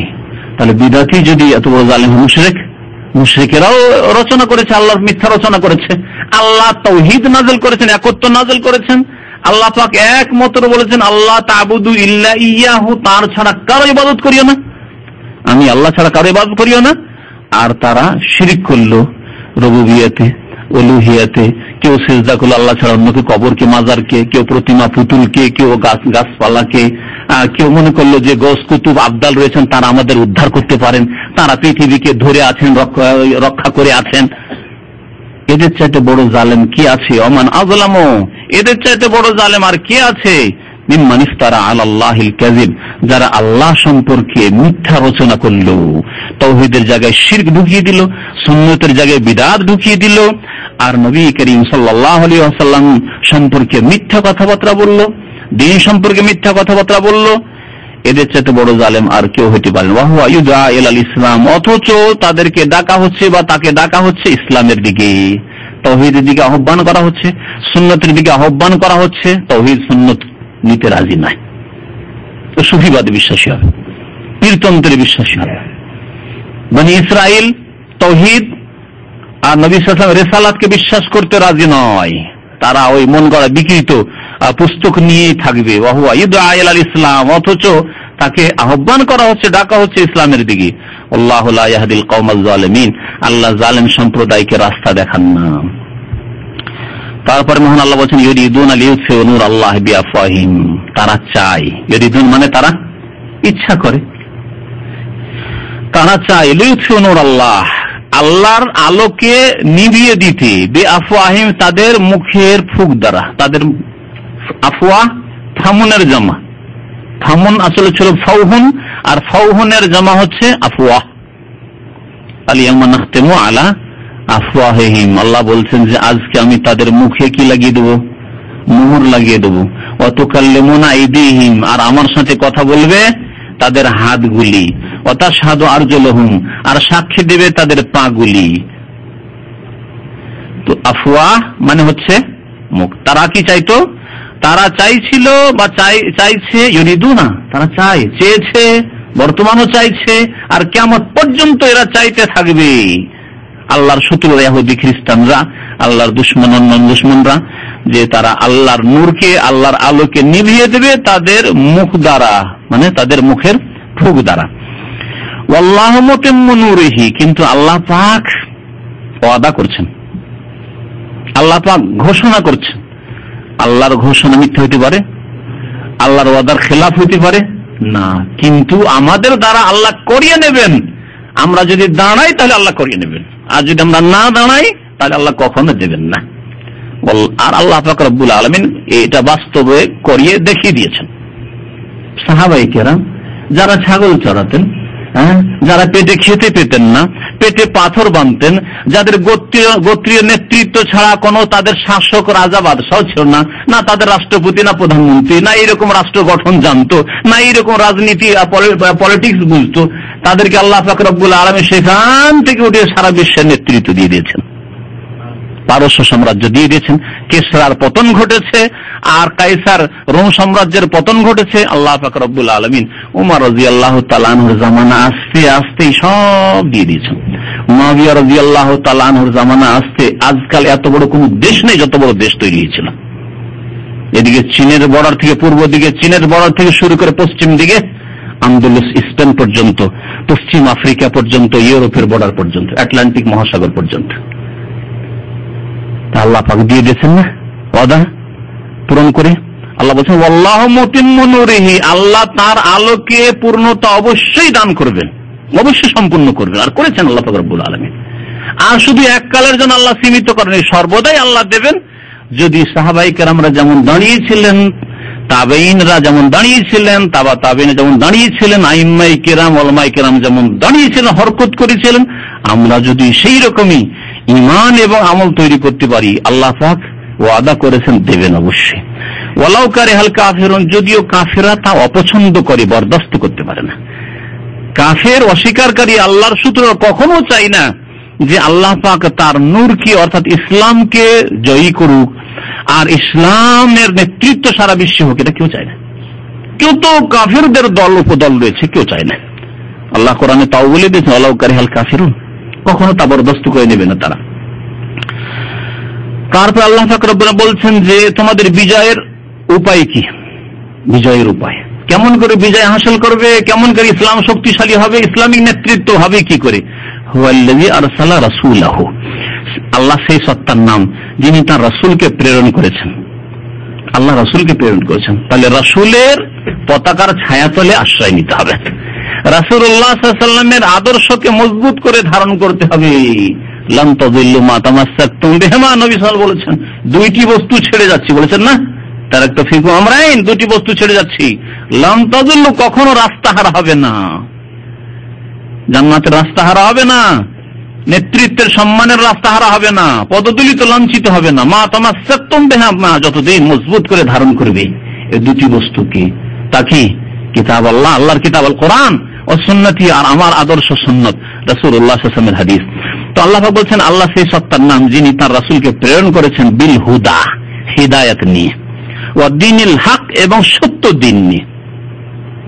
শাব্দিক অর্থ করলাম, কিন্তু এই দুইটি শব্দের দুইটি গুরুত্বপূর্ণ তাফসীর করেছেন তাফসীরকারগণ। শুনে রাখুন আজকে ভালো করে, হয়তো শুনে নিয়ে যাবে। শুধু শাব্দিক অর্থ হুদা মানে সঠিক পথ বা হিদায়াত, সহজ ভাষায় হিদায়াত মানে সঠিক পথের দিক নির্দেশনা, আরো সহজ ভাষায়। আর দ্বীনুল হক মানে সত্য দিন, সত্য জীবন বিধান। এর ব্যাখ্যা তাফসীর শুনে তাফসীরকারগণ বলছেন বিল হুদা মানে আল ইলমুন নাফি। আল্লাহ পাক রাসূলকে প্রেরণ করেছেন দুটি বস্তু নিয়ে, এক হচ্ছে উপকারী বিদ্যা, যেই বিদ্যা মানব জাতির জন্য উপকারী, সেই বিদ্যা নিয়ে আল্লাহ পাক রাসূলকে প্রেরণ করেছেন সাল্লাল্লাহু আলাইহি ওয়াসাল্লাম। আমরা যে বিদ্যা পেয়েছি, উপকারী বিদ্যা, কোথা থেকে পেয়েছি? রাসূলুল্লাহ সাল্লাল্লাহু আলাইহি ওয়াসাল্লামের কাছ থেকে পেয়েছি। কোরআন এবং হাদিসের বিদ্যা কোথা থেকে পেয়েছি? এই কোরআন এবং হাদিসের বিদ্যায় শিক্ষিত হয়ে সারা বিশ্বকে শিক্ষা দান করেছে মুসলিমরা। জি, ইতিহাস পড়ে দেখুন, সেই আন্দোলস স্পেনের ইতিহাস, যেখানে কর্ডোবা ইউনিভার্সিটিতে অমুসলিম ছেলেরা, খ্রিস্টানদের ছেলেরা, খ্রিস্টান বড় বড় শাসকদের নেতাদের ছেলেরা এসে মুসলিম ওলামা বিদ্বানদের কাছে পড়াশোনা করত। ইউরোপ ছিল অন্ধকারী, আর মুসলিমরা সারা বিশ্বের জ্ঞানের ভান্ডারের নেতৃত্ব দিচ্ছিল সেই জামানায়। কিন্তু যখন মুসলিমরা তাদের দিন থেকে সরে গেছে, এই বিদ্যা থেকে সরে গেছে, এখন কোরআন এবং হাদিসের বিদ্যা শিক্ষা শুধু থেকে গেছে কার জন্য? যে খোড়া, তাদেরকে কোরআন হাদিস মাদ্রাসায় পড়াও, যাতে করে কোন রকম ভিক্ষা করে খেতে পারে। এখন মানুষ কাজকর্ম করতে পারবে না, মাদ্রাসায় পাঠিয়ে দেন। আজকাল মুসলিমরা এই করে, 5টা ছেলের মধ্যে একটা যদি খোড়া হয় বা অন্ধ হয়, তো অন্ধটাকে হাফেজ বানিয়ে দেয়। কি করে খাবে? হাফেজ বানিয়ে দেবে। যদি ল্যাংড়া খোড়া হয় তো চলাফেরা তো করতে পারবে না, ভালো কাজ করতে পারবে, দোয়াদুয়ি করতে পারবে, ছোটাছুটি করতে পারবে না, তুই মাদ্রাসা পড়িয়ে মৌলভী সাহেব বানিয়ে দেয়, তাই না? 5টা ছেলের মধ্যে যেটা পড়াশোনা বেশি করতে পারে না, স্কুলে, প্রাইমারি স্কুলে পরীক্ষা করে নিল যে সেটার রেজাল্ট ভালো না, একে ডাক্তারও বানানো যাবে না, একে ইঞ্জিনিয়ারও বানানো যাবে না, তাই না? এই অ্যাকাউন্টেন্টও হইতে পারবে না, তাহলে একে কি করবি? যা মাদ্রাসায় পাঠিয়ে দেন, যদি কোন রকম ফকিরি বিদ্যা পড়ে খেতে পায়। এই চিন্তাধারা মুসলিম জাতির, কি করে আল্লাহ সম্মানিত করবে এই মুসলিম জাতিকে? আমাদের দেশে মাদ্রাসাগুলি পরিসংখ্যান ভালো করে নিয়ে দেখেন যে অধিকাংশ গরিবের ছেলেরা পড়াশোনা করে, যারা অসহায়, স্কুল কলেজ ইউনিভার্সিটিতে পড়িয়ে ডাক্তার ইঞ্জিনিয়ার বানাইতে পারবো না, কিন্তু আমাদের ছেলেদের কিছু শিখাইতে হবে। তাহলে ফ্রি শিক্ষা কোথায়? মাদ্রাসাতে ফ্রি শিক্ষা আছে, লজিং খেতে পাবে অথবা বোর্ডিং এ ফ্রি খেতে পাবে, আর এতিমখানা আছে ওখানে পড়ে যা কিছু হয়। আর যাদের পয়সা আছে, হ্যাঁ, কেউ পড়াবে না কোরআন বা হাদিস, কি করে আল্লাহ সম্মানিত করবে? আর সেই কোরআন হাদিস পড়ার জন্য ইউরোপের শাসকদের ছেলেরা আসতো মুসলিমদের কাছে, তখন আল্লাহ পাক মুসলিম জাতিকে সম্মানিত করেছেন। তো বিল হুদা মানে হচ্ছে আল ইলমুন নাফি, উপকারী বিদ্যা। উপকারী বিদ্যা হচ্ছে যেই বিদ্যা আল্লাহর সাথে সম্পর্ককে মজবুত করে, আল্লাহর সাথে যেই জ্ঞান হাসিল করার পরে সম্পর্ক মজবুত হয়, তা হচ্ছে উপকারী বিদ্যা। নবী করিম সাল্লাল্লাহু আলাইহি ওয়াসাল্লাম দোয়া করে তো বলেছেন, কি দোয়া? ইলম সম্পর্কে, আল্লাহুম্মা ইন্নী আসআলুকা ইলমান নাফিয়া, আল্লাহ তুমি উপকারী ইলম দান করো। শুধু ইলম নয়, তাহলে এমন ইলম যে ইলম দিয়ে উপকার হয়, দিনের উপকার হয়, দুনিয়ার উপকার হয়। আর সবচেয়ে বড় উপকার যে আমার সম্পর্ক আমার রবের সাথে আছে, আমার সৃষ্টিকর্তার সাথে আছে, আমার আল্লাহর সাথে আছে, আমার যিনি হায়াতের মালিক, আমার মওতের মালিক, আমার রিজিকের মালিক, আমার বয়সের মালিক, আমার ছেলে মেয়েদের মালিক, আমার উন্নতি অবনতি সবকিছুর মালিক, সবকিছু যার হাতে, তার সাথে আমার সম্পর্ক আছে। এটি আমার সবচেয়ে বড় কামিয়াবি। তিনি আল্লাহ রাজি থাকলে আমাকে কে ঠেকাতে পারে? এই ইলম আমার এর দ্বারা হাসিল হয়েছে, উপকারী ইলম। তারপরে দুনিয়ার ইলম শিখুন, দুনিয়ার ইলম ফরজে কিফায়া, ডাক্তারি শিখুন, ইঞ্জিনিয়ারিং শিখুন, আরো কিছু শিখুন, কৌশল শিখুন, সবকিছু শিখুন, যুদ্ধবিদ্যা শিখুন, সবকিছু শিখুন। আল্লাহ পাক বলছেন বিল হুদা, তাহলে উপকারী ইলম দিয়ে পাঠিয়েছেন রাসূলুল্লাহ সাল্লাল্লাহু আলাইহি সাল্লামকে। আর কি? ওয়াদ্দীনিল হক, দ্বীনুল হকের তাফসীর করেছেন তাফসীরকারগণ আল আমালুস সালেহ, নেক আমল। নবী করিম সাল্লাল্লাহু আলাইহি সাল্লামকে উপকারী যেমন ইলম দিয়ে পাঠিয়েছেন, তেমনি সৎ আমল দিয়ে পাঠিয়েছেন। বাস্তবে আমলে পরিণত করে দেখিয়ে দিয়েছেন যে সৎ আমল কেমন হয়, কেমন করে করতে হয়, নামাজ কেমন করে পড়তে হয়, আল্লাহর নৈকট্য লাভ কেমন করে করতে হয়, সিজদা করে, ওয়াসজুদ, সিজদা করো আল্লাহ পাককে, ওয়াক্তারিব, এবং নৈকট্য লাভ করো আল্লাহ পাকের, কেমন করে করতে হয়, রোজা কেমন করে রাখতে হয়, যাকাত কিভাবে দিতে হয়, হজ কিভাবে, উমরা কিভাবে করতে হয়, পারিবারিক জীবন কেমন করে ইসলামী জীবন গঠন করতে হয়, রাষ্ট্র কেমন ভাবে পরিচালনা করতে হয়। খোলাফায়ে রাশেদিন দেখাননি? তার আগে রাসূলুল্লাহ সাল্লাল্লাহু আলাইহি ওয়াসাল্লাম দেখাননি? ইসলামী দণ্ডবিধান কায়েম করে শান্তি কিভাবে দেশে প্রতিষ্ঠা করতে হয় দেখাননি নবী করিম সাল্লাল্লাহু আলাইহি ওয়াসাল্লাম? ওয়াল আমালুস সালিহ, নেক আমল, এগুলি সব নেক আমল। দিনে যা কিছু এসেছে তা পালন করার নামই হচ্ছে নেক আমল।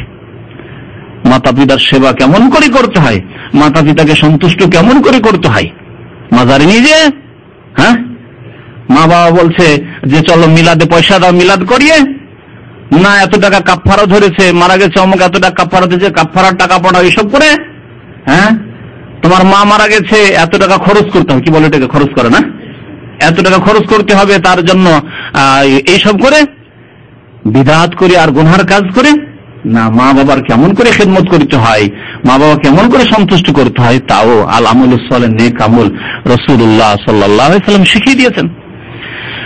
তো আল্লাহ সেই সত্তার নাম হুয়াল্লাযী আরসালা রাসূলা, যিনি তার রাসূলকে প্রেরণ করেছেন, বিল হুদা মানে উপকারী ইলম নিয়ে, ওয়া দীনিল হক সত্য দিন নিয়ে, মানে নেক আমল, সৎ আমল নিয়ে, লিইয়ুযহিরাহু আলাদ দীনি কুল্লিহি, কারণ মানুষ সম্মানিত হতে পারে দুটো বিষয় যদি থাকে তার মধ্যে। এক হচ্ছে জ্ঞান আছে, ইলম আছে, উপকারী ইলম আছে, আর তার সাথে সাথে যেমন ইলম আছে তেমন কর্ম আছে। আপনি যেমন জানছেন কর্ম করেন, তাহলে না উন্নতি করবেন।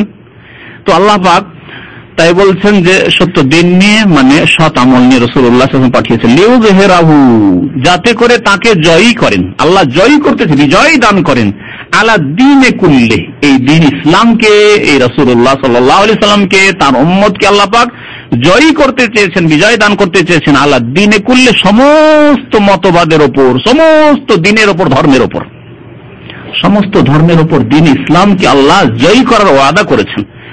কিন্তু এই তরিকাতে উপকারী ইলম শিখতে হবে এবং নেক আমল করতে হবে। ওয়ালাউ কারিহাল মুশরিকুন, যদিও মুশরিক বহুত্ববাদী যারা তা বরদাস্ত করতে পারে না, তা পছন্দ করে না। ইয়া আইয়ুহাল্লাযীনা আমানু হাল আদুল্লুকুম আলা তিজারাতিন তুনজিকুম মিন আযাবিন আলীম, এই আয়াতের শান-নুজুল সম্পর্কে তাফসীরকারগণ লিখেছেন যে সাহাবায়ে কেরাম এবার আপোষে জল্পনা করলেন যে যায় একবার রাসূলুল্লাহ সাল্লাল্লাহু আলাইহি ওয়াসাল্লামকে জিজ্ঞাসা করি যে সবচেয়ে নেক আমল কি, নেক আমল সম্পর্কে জিজ্ঞাসা করি, যে নেক আমলগুলি রাসূলুল্লাহ সাল্লাল্লাহু আলাইহি ওয়াসাল্লাম বলবেন সেগুলি আমরা করব। তখন এই আয়াত নাযিল হয়, যে আয়াত সামনে আসছে তার তাফসীর। আল্লাহ পাক বলছেন, ইয়া আইয়ুহাল্লাযীনা আমানু, হে মুমিন সকল, হাল আদুল্লুকুম আলা তিজারা, তোমাদেরকে কি বাতলিয়ে দেব? দাল্লা ইয়াদুল্লাহ মানে বাতলিয়ে দেওয়া, বলে দেওয়া, দেখিয়ে দেওয়া। হাল আদুল্লুকুম আলা তিজারা, তোমাদেরকে কি এমন ব্যবসা, তিজারা মানে ব্যবসা, এমন ব্যবসা বাতলিয়ে দেব, তুনজিকুম মিন আযাবিন আলীম, যা তোমাদেরকে মর্মান্তিক শাস্তি, আযাব থেকে মুক্তি দান করবে, রেহাই দেবে। এই ব্যবসা যদি করো, এই ব্যবসা করে শুধু রিয়াল আর ডলার হবে না, টাকা হবে না, আর স্বর্ণ চাঁদি নাই, যা ক্ষয় হয়ে যাবে, ধ্বংস হয়ে যাওয়ার আশঙ্কা আছে, বরং মর্মান্তিক আযাব থেকে, কঠোর শাস্তি থেকে তোমাদেরকে রক্ষা করবে এই ব্যবসা। এই ব্যবসা করো আল্লাহ পাকের সাথে। কি ব্যবসা? আল্লাহ পাক বলছে তুমিনুনা বিল্লাহ। প্রথম ব্যবসা হচ্ছে আল্লাহর প্রতি ঈমান নিয়ে আসো, বিশ্বাস করো। দ্বিতীয় ব্যবসা হচ্ছে ওয়া রাসূলিহি, রাসূলুল্লাহ সাল্লাল্লাহু আলাইহি ওয়াসাল্লামের প্রতি ঈমান নিয়ে আসো, বিশ্বাস করো। শুধু নামে মাত্র বিশ্বাস না, আল্লাহকে বিশ্বাস করি, মুহাম্মদ সাল্লাল্লাহু আলাইহি ওয়াসাল্লামকে রাসূল হিসেবে বিশ্বাস করি, কলেমা পড়েছে না, আল্লাহকে বিশ্বাস করেছো মানে আল্লাহ পাক তোমার সৃষ্টিকর্তা, সুতরাং ইবাদত বন্দেগী তার করতে হবে। ইবাদত বন্দেগী সেইভাবেই করতে হবে যেইভাবে আল্লাহ পাক বলেছেন। রাসূলকে রাসূল হিসেবে বিশ্বাস করেছো, সুতরাং তোমার কেন্দ্রীয় ব্যক্তি একমাত্র রাসূলুল্লাহ সাল্লাল্লাহু আলাইহি ওয়াসাল্লাম। বড়দের দোহাই কেন, বুজুর্গানের দিনের দোহাই কেন, তোমার পীরের দোহাই কেন, আবার অন্য কারো মুরিদ কেন? রাসূলুল্লাহ সাল্লাল্লাহু আলাইহি ওয়াসাল্লাম যথেষ্ট হইল না? নবী সাল্লাল্লাহু আলাইহি ওয়াসাল্লাম আদর্শ তোমার উসওয়া হাসানাহ তোমার জন্য যথেষ্ট নয়? তুমিনুনা বিল্লাহি ওয়া রাসূলিহি, মানব রচিত বিধান কেন? দেশ শাসনের ক্ষেত্রে মানব রচিত বিধান, রাসূলুল্লাহ সাল্লাল্লাহু আলাইহি ওয়াসাল্লাম যথেষ্ট হইল না? কোথায় আল্লাহর প্রতি ঈমান, কোথায় রাসূলের প্রতি ঈমান? যদি রাসূলের প্রতি ঈমান হবে সাল্লাল্লাহু আলাইহি ওয়াসাল্লাম, তাহলে তিনি দেশ পরিচালনা করেননি, সেইভাবে কি তুমি দেশ পরিচালনা করলে শান্তি প্রতিষ্ঠা হবে না? অবশ্যই প্রতিষ্ঠা হবে। ফিরে আসো, আবার ফিরে আসো। আর যে রাস্তা ধরেছো সেই রাস্তায় কোনোদিন শান্তি প্রতিষ্ঠা হবে না। আর চোখের সামনে দেখতেই পাচ্ছেন, অশান্তি ছাড়া পৃথিবীতে কোথাও শান্তি নেই। যাহারাল ফাসাদু ফিল বাররি ওয়াল বাহরি বিমা কাসাবাত আইদিন নাস, মানুষের পাপের কারণে, মানব রচিত বিধানের কারণে যাহারাল ফাসাদু ফিল বাররি ওয়াল বাহরি, জলে এবং স্থলে সব স্থানে ফাসাদ, বিপর্যয় বিরাজ করছে। লিউযিকাহুম বাযাল্লাযী আমিলু, আল্লাহ পাক তাদেরকে শাস্তি দিতে চান তাদের বদ আমলের পাপের। আল্লাহ পাক আমাদেরকে এই শাস্তি দিয়েছেন যে আমরা না শান্তি পাচ্ছি, না বাড়িতে ঢুকলে শান্তি, না বাড়ির বাইরে গেলে শান্তি, না রাস্তায় চলাফেরা করলে শান্তি, না নিরাপত্তা রয়েছে, শান্তি নেই। আল্লাহ পাক বলছেন প্রথম ব্যবসা হচ্ছে আল্লাহর প্রতি ঈমান নিয়ে আসা, দ্বিতীয় ব্যবসা হচ্ছে রাসূলুল্লাহ সাল্লাল্লাহু আলাইহি ওয়াসাল্লামের প্রতি বিশ্বাস করা, ঈমান নিয়ে আসা। তুজাহিদুনা ফি সাবিলিল্লাহ, এবং আল্লাহর রাস্তায় জিহাদ করবে, বিআমওয়ালিকুম তোমাদের ধন সম্পদ দিয়ে, ওয়া আনফুসিকুম তোমাদের জান দিয়ে, জান মাল দিয়ে জিহাদ করতে। আল্লাহ পাক এখানে ধন সম্পদের কথা আগে বলেছেন, তারপরে জানের কথা বলেছেন। অন্য আয়াতে আল্লাহ পাক আগে জানের কথা বলেছেন, পরে মালের কথা বলেছেন। যেখানে যেই রকমের প্রসঙ্গ আল্লাহ পাক সে বলেছেন। কখনো হয়তো এই জন্য আল্লাহ পাক বলেছেন যে কখনো ধন সম্পদ ব্যয় করার বেশি প্রয়োজন রয়েছে। বর্তমান যুগে এখন জানের চাইতে মাল দেওয়ার বেশি প্রয়োজন রয়েছে। ইসলামের দাওয়াতের ক্ষেত্রে, ইসলাম প্রচারের ক্ষেত্রে, তাওহীদ সুন্নাতের প্রচার প্রসার ঘরে ঘরে পৌঁছে দেওয়ার ক্ষেত্রে ধন সম্পদের প্রয়োজন রয়েছে, টাকা পয়সার প্রয়োজন রয়েছে। সুতরাং এখানে মালের বেশি প্রয়োজন। আর যখন দেখবেন না এখন পয়সা আছে, যথেষ্ট পয়সার কোনো অভাব নেই, আর এখন জানের প্রয়োজন রয়েছে, এখন জান দিতে হবে। জানের কুরবানি না করলে এখন ইসলামকে শক্তিশালী করা যাবে না, ইসলামকে জয়ী করা যাবে না, তখন জানের প্রয়োজন রয়েছে। এই জন্য আল্লাহ পাক রব্বুল আলামিন অন্য আয়াতে আগে জানের কথা তারপরে মালের কথা বলেছেন। যালিকুম খায়রুল লাকুম, এই ব্যবসা যদি করো এটা তোমাদের জন্য অত্যন্ত মঙ্গলময়, কল্যাণকর হবে। ইন কুনতুম তা'লামুন, যদি তোমরা সত্যিকার অর্থে জানতে। আল্লাহ পাক আর কি দেবেন যদি ব্যবসা করো? তো ব্যবসা করলে প্রথম কি পাবো জানতে পারলাম, কঠোর শাস্তি থেকে আল্লাহ পাক কি দেবেন? মুক্তি দেবেন, নাজাত দেবেন। আর কি করবেন? ইয়াগফির লাকুম যুনুবাকুম, আল্লাহ তোমাদের গুনাহগুলিকে মাফ করে দেবেন। ওয়া ইউদখিলকুম জান্নাতিন তাজরি মিন তাহতিহাল আনহার, এবং এমন জান্নাত সমূহে তোমাদেরকে প্রবিষ্ট করবেন, দাখিল করবেন, যার নিম্ন দেশে নহর সমূহ প্রবাহিত রয়েছে, ঝর্ণা সমূহ প্রবাহিত রয়েছে। মাসাকিনা তাইয়্যিবা ফি জান্নাতি আদন, স্থায়ী জান্নাতের আবাসস্থলে তোমাদের জন্য, স্থায়ী জান্নাতে তোমাদের জন্য কি রয়েছে? মাসাকিনা তাইয়্যিবা, সুন্দর সুন্দর, তাইয়্যিবা মানে সুন্দর, ভালো ভালো সুন্দর সুন্দর আবাসস্থল রয়েছে। ঘর রয়েছে। যালিকাল ফাউজুল আজিম, আর এটি হচ্ছে মহা সাফল্য, সবচেয়ে বড় কামিয়াবি যে জান্নাত পেয়ে গেলেন, চিরকালের জান্নাতে আদান। আল্লাহ পাক যেন আমাদেরকে জান্নাতুল ফিরদৌস দান করেন, জান্নাতে আদান দান করেন। আরো আল্লাহ দেবেন, শুধু ধার ভাবিয়েন না। কারণ আজকাল অনেকে ভাবে, যারা দিন ইসলামের বাস্তবায়ন করে, দিন ইসলামের পাবন্দি করে, আমল করে, তারাও ভাবে সব তো ধারে থেকে গেল, কিছু তো পেলাম না দুনিয়াতে, তাই না?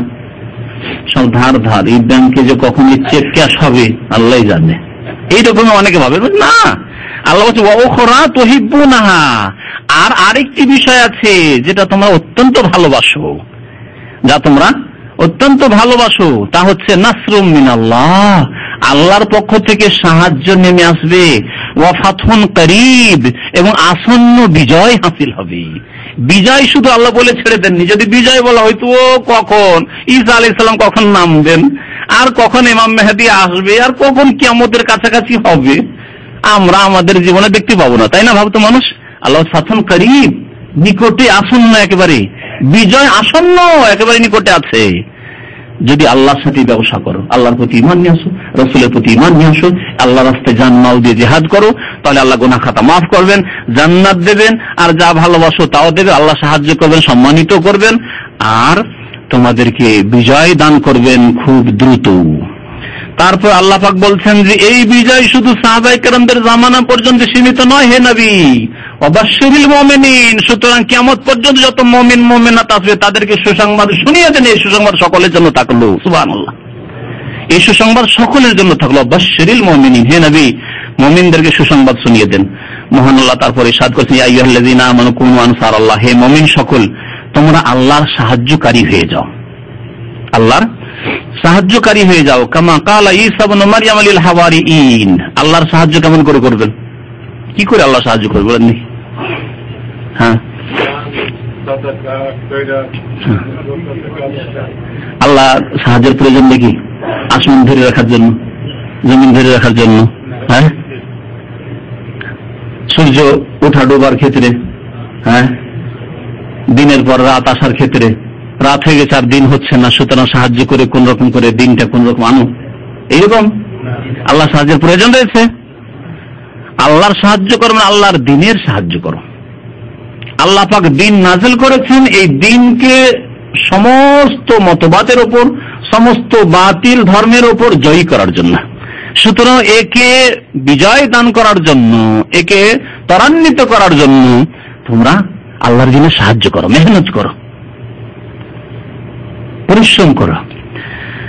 কোন আনসার আল্লাহ, আল্লাহ পাকের সাহায্যকারী তোমরা হয়ে যাও, যেমন ঈসা ইবনে মারইয়াম, মারইয়ামের পুত্র ঈসা আলাইহিস সালাম বলেছিলেন লিল হাওয়ারিয়িন, তার হাওয়ারিদেরকে।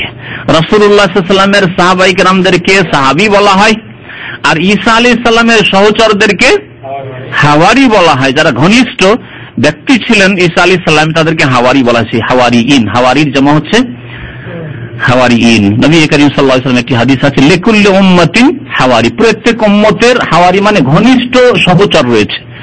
ওয়া হাওয়ারি, আমার ঘনিষ্ঠ সহচর কে? হাওয়ারি উম্মতি আজ-জুবাইর, জুবাইর রাদিয়াল্লাহু তাআলা, যে আশরা মুবাশশির একজন জুবাইর বিন আওয়াম, তার কথা উল্লেখ করেছেন নবী করিম সাল্লাল্লাহু আলাইহি ওয়াসাল্লাম। লিকুল্লি উম্মাতিন আমিন, আরেকটি হাদিস আছে, প্রত্যেক উম্মতের আমানতদার বিশ্বস্ত ব্যক্তি রয়েছেন। আর আমার উম্মতের আমিন, আমানতদার ব্যক্তি আবু উবাইদা ইবনুল জাররাহ, ওয়া আমিনু হাযিহিল উম্মাহ আবু উবাইদা ইবনুল জাররাহ রাদিয়াল্লাহু তাআলা আনহু আজমাইন।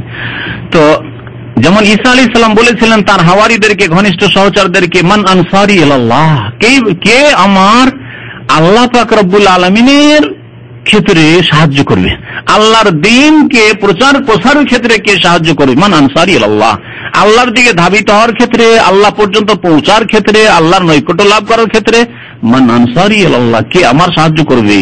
কালাল হাওয়ারিয়ুন, তখন ঘনিষ্ঠ সহচরগণ বলেছিলেন, নাহনু আনসারুল্লাহ, আমরা আল্লাহ পাকের সাহায্যকারী হব, আপনার সাহায্য আমরা করব। ফাআমানাত তায়েফা, আল্লাহ পাক সেই ইতিহাসগুলিকে সংক্ষেপ করে দিয়েছেন। সুতরাং ঈসা আলাইহিস সালামের যখন আগমন হইল, নবুয়ত পেলেন, দ্বীনের প্রচার শুরু করলেন, একদল বনি ইসরাইলদের তার প্রতি ঈমান নিয়ে আসলো। ফাআমানা তায়ফাতুম মিন বনি ইসরাইল, বনি ইসরাইলদের একটি ছোট্ট দল ঈমান নিয়ে আসলো, বিশ্বাস করলো।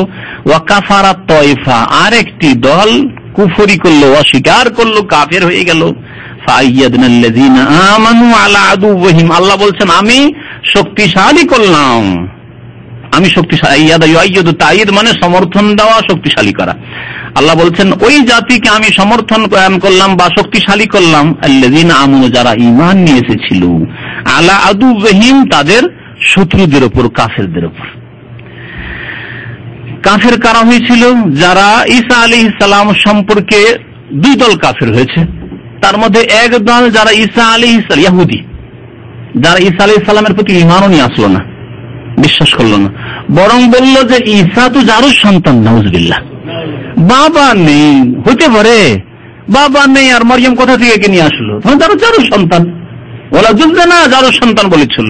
এরাকে বলা হয়েছে এই কাফের, যারা অস্বীকার করেছিল। আর আমরা ঈসার প্রতি ঈমান নিয়ে আসবো, বরং তাকে হত্যা করার জন্য চেষ্টা চালালো, বরং তারা খুব খুশি যে হত্যা করিয়ে দিয়েছি। অথচ আল্লাহ বলছেন কি, যে তারা ওমা কাতালুহু ওমা সালাবুহু ওয়ালাকিন শুব্বিহা লাহুম, তারা হত্যাও করতে পারেনি, খুনও করতে পারেনি, আর সুলিতেও চড়াতে পারেনি, বরং তাদের জন্য অন্য একজনকে ওইরকম সাদৃশ্য বানিয়ে দেওয়া হয়েছে। বররাফাহুল্লাহু ইলাইহি, বরং আল্লাহ পাক তার কাছে ঈসা আলাইহিস সালামকে উঠিয়ে নিয়েছে, আল্লাহ হেফাজতে উঠিয়ে নিয়েছেন। আবার আল্লাহ পাক রব্বুল আলামিন কিয়ামতের পূর্বে ঈসা আলাইহিস সালামকে পৃথিবীতে নামাবেন এবং কোরআন এবং হাদিস দিয়ে রাসূলুল্লাহ সাল্লাল্লাহু আলাইহি ওয়াসাল্লামের নিয়ে আসা আদর্শ দিয়ে তিনি ফয়সালা করবেন এবং তার প্রচার করবেন, তার দিকে দাওয়াত দেবেন। তো এই একদল কাফের। আর একদল কাফের যারা ঈসা আলাইহিস সালাম সম্পর্কে বাড়াবাড়ি করেছিল। ঈসা আলাইহিস সালামকে বলে ইবনুল্লাহ, আল্লাহর পুত্র। ওদের মধ্যে আবার আকীদায় বিভিন্ন দল পরে তৈরি হলো। একদল বলছে আল্লাহর পুত্র, আর বলছেন না না না, সেও আল্লাহ, ইন্নাহুল্লাহ। আর একদল বলছেন না, তিনটে খোদা আছে, তিন মাবুদ উপাস্য আছে, ইন্নাল্লাহ সালিসু সালাস, আল্লাহ তিনের তৃতীয়। এইভাবে এরা মুশরিক পরিণত হলো, পৌত্তলিকে পরিণত। ঈসা আলাইহিস সালামের পূজা করা শুরু করলো, যেমন বর্তমান খ্রিস্টান জগতের অবস্থা। তো এইভাবে তাহলে কুফরিতে লিপ্ত হয়েছে দুইটি জাতি। এক ইহুদি জাতি, যারা ঈসা আলাইহিস সালামের মানহানি করে তাকে জারুর সন্তান বলে আখ্যায়িত করলো এবং তাকে খুন করার চেষ্টা করলো। আর এক জাতি যারা তার সম্পর্কে বাড়াবাড়ি করে, সীমা লঙ্ঘন করে, অতিরঞ্জন করে কুফরিতে লিপ্ত হইল। তাহলে মুমিন জাতি একমাত্র কারা? ঈসা আলাইহিস সালামের যেই মান মর্যাদা আল্লাহ দিয়েছেন যে তিনি আল্লাহর রাসূল, সেখানে রাখলো। এই একটি দল ঈসা আলাইহিস সালামের জামানায় শুধু ছিল, তারপরে অল্প কিছুদিন থাকার পরে এই দল শেষ হয়ে গেছে। বাকি খ্রিস্টান জগৎ সব বিভ্রান্তির শিকার হয়েছে। নবী করিম সাল্লাল্লাহু আলাইহি সাল্লামের আগমনের সময় তাওহীদের উপর তেমন কেউ ছিল না। এই সময় আল্লাহ পাক শেষ রাসূল মুহাম্মদ সাল্লাল্লাহু আলাইহি ওয়াসাল্লাম প্রেরণ করলেন।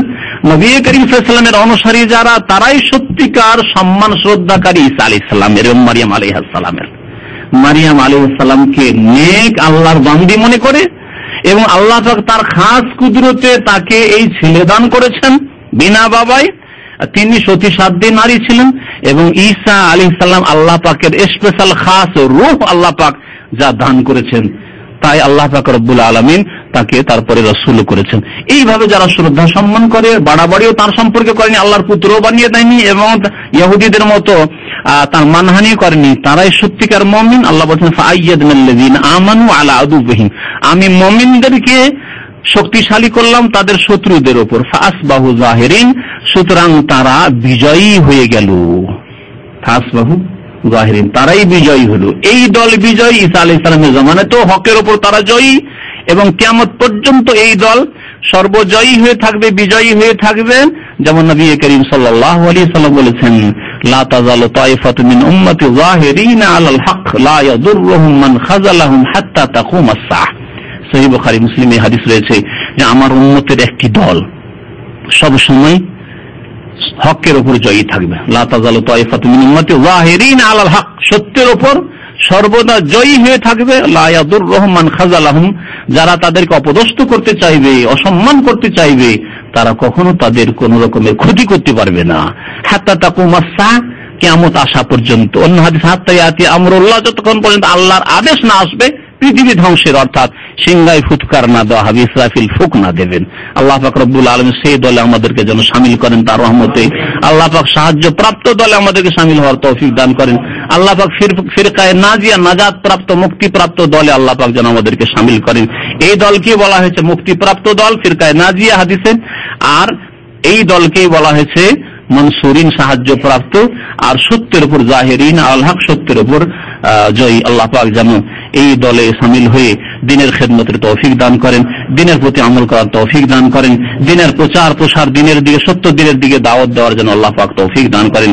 আমিন ইয়া রাব্বাল আলামিন। সুবহান রাব্বিকা রাব্বিল ইজ্জাতি আম্মা ইয়াসিফুন ওয়া সালামুন আলাল মুরসালিন ওয়ালহামদুলিল্লাহি রাব্বিল আলামিন। আমাদের ভাই বলছেন যে একটি প্রশ্ন এসছে কয়েকজনের পক্ষ থেকে, আর অনেকে জানতে চান, সেটা হচ্ছে বাংলাদেশের কোর্টে আল্লাহ পাক হেদায়েত করে ওই সব লোকদেরকে যারা এইসব কেস করে এবং গ্রহণ করে, তাদেরকে আল্লাহ পাক হেদায়েত করেন। তো বাংলাদেশ কোর্টে কেস করা হয়েছে কোরআনের বিরুদ্ধে আর ইসলামিক যে পাঠ্য পুস্তকগুলি রয়েছে, যাতে বলা হয়েছে যে আল্লাহ পাক যে জবাইয়ের আদেশ দিয়েছিলেন ইব্রাহিম আলাইহিস সালামকে, যে তোমার বা জবাইয়ের আদেশ স্বপ্নে দিয়েছিলেন, ইন্নী আযবাহুকা, যেন জবাই করেছি, দেখলেন। আর নবীর স্বপ্ন হচ্ছে ওয়াহি, তাকে যাকে জবাই করা হয়েছিল সেই ছেলে ইব্রাহিম আলাইহিস সালামের ইসহাক ছিলেন আলাইহিস সালাম, ইসমাইল আলাইহিস সালাম ছিলেন না। এই বলে কেস করেছে যে এটা হচ্ছে সত্য। আর কোরআন এবং এরা হাদিসের দোহাই দিয়ে, অথবা না ও যার দোহাই দিয়েছে ওটা আমি জানি, কিন্তু মুসলিমরা যেটা পড়ছে যে ইসমাইল আলাইহিস সালামকে জবাই করার জন্য নিয়ে গেছেন ইব্রাহিম আলাইহিস সালাম, এটা মিথ্যা। এতদিন ধরে কেন এই সিলেবাসে পড়ানো হচ্ছে এই মিথ্যা কথা, এই বলে ওই মিথ্যুক দাজ্জাল কেস করেছে, এবং আল্লাহ পাক হিদায়াত করে ওই ব্যক্তিকে এবং ওই রকম যেসব লোকেরা রয়েছে যারা এই কেস কবুল করেছে। তো এই ক্ষেত্রে শুনে রাখেন ভালো করে, কোরআনে কারিমে আল্লাহ পাক যে ঘটনা বর্ণনা করেছেন জবাইয়ের, সেটা ঘটেছে মিনায়। বুঝতে পেরেছেন? মিনায় ঘটনা ঘটেছে না? মিনাতে মক্কা থেকে ইব্রাহিম আলাইহিস সালাম মিনার দিকে নিয়ে যাচ্ছিলেন সেই ছেলেকে। ইসহাক আলাইহিস সালাম এবং তার মা সারা কখনো মক্কায় আসেননি, কখনো মক্কা আসেননি। ইসমাইল আলাইহিস সালামকে বাল্য জীবনে সহিহ বুখারীর হাদিস রয়েছে যে তার মা সহ হাজেরা সহ, হাজার আসলে নামটি আমার দেশের লোকেরা হাজিরা বলে, কারণ এই হাজেরা নামটি আমাদের দেশের লোকেরা রাখে, আসলে হাদিসে হাজার তার মার নাম ছিল, এই জন্য সংশোধন করে না ভালো, যদিও হাজিরা কখনো বলে দিচ্ছি আমি। হাজার এবং তার ছেলে ইসমাইল আলাইহিস সালাম, এদেরকে এখানে রেখে ইব্রাহিম আলাইহিস সালাম আল্লাহর হুকুমে আবার শাম দেশে ফিরে চলে গেছিলেন। সেখানে জমজম হইল, তারপরে বড় হইলেন ইসমাইল আলাইহিস সালাম, ওই আশেপাশের আরব গোত্র ছিল তাদের মধ্যে খেলাধুলা করে। ফালাম্মা বালাগা মাহু সায়া, আল্লাহ পাক সূরা সাফফাতে উল্লেখ করেছেন, যখন একটু দৌড়ঝাঁপ করতে শিখলেন, একটু বড় হইলেন, ইব্রাহিম আলাইহিস সালাম স্বপ্ন দেখলেন, কালা ইন্নী আযবাহুকা, যেন আমি জবাই করছি তোমাকে, আর আমি তো নবী রাসূল, নবী রাসূলের স্বপ্ন হচ্ছে ওহী, তাহলে আল্লাহ আদেশ করছেন জবাই করার। নিয়ে গেলেন জবাই করার জন্য। তাহলে কাকে জবাই করার জন্য নিয়ে গেলেন? ইসমাইল আলাইহিস সালামকে নিয়ে গেছেন।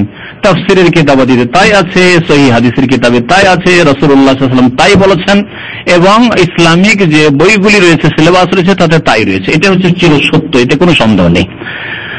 পক্ষান্তরে বাইবেলে, ইহুদি খ্রিস্টানদের কিতাবে, বাইবেলে, কারণ বাইবেল বিকৃত, মনে রাখবেন যে বাইবেল আল্লাহ পাকের কিতাব নয় বর্তমান বাইবেল, কারণ এর অধিকাংশই বিষয়গুলিকে তারা বিকৃত করে দিয়েছে।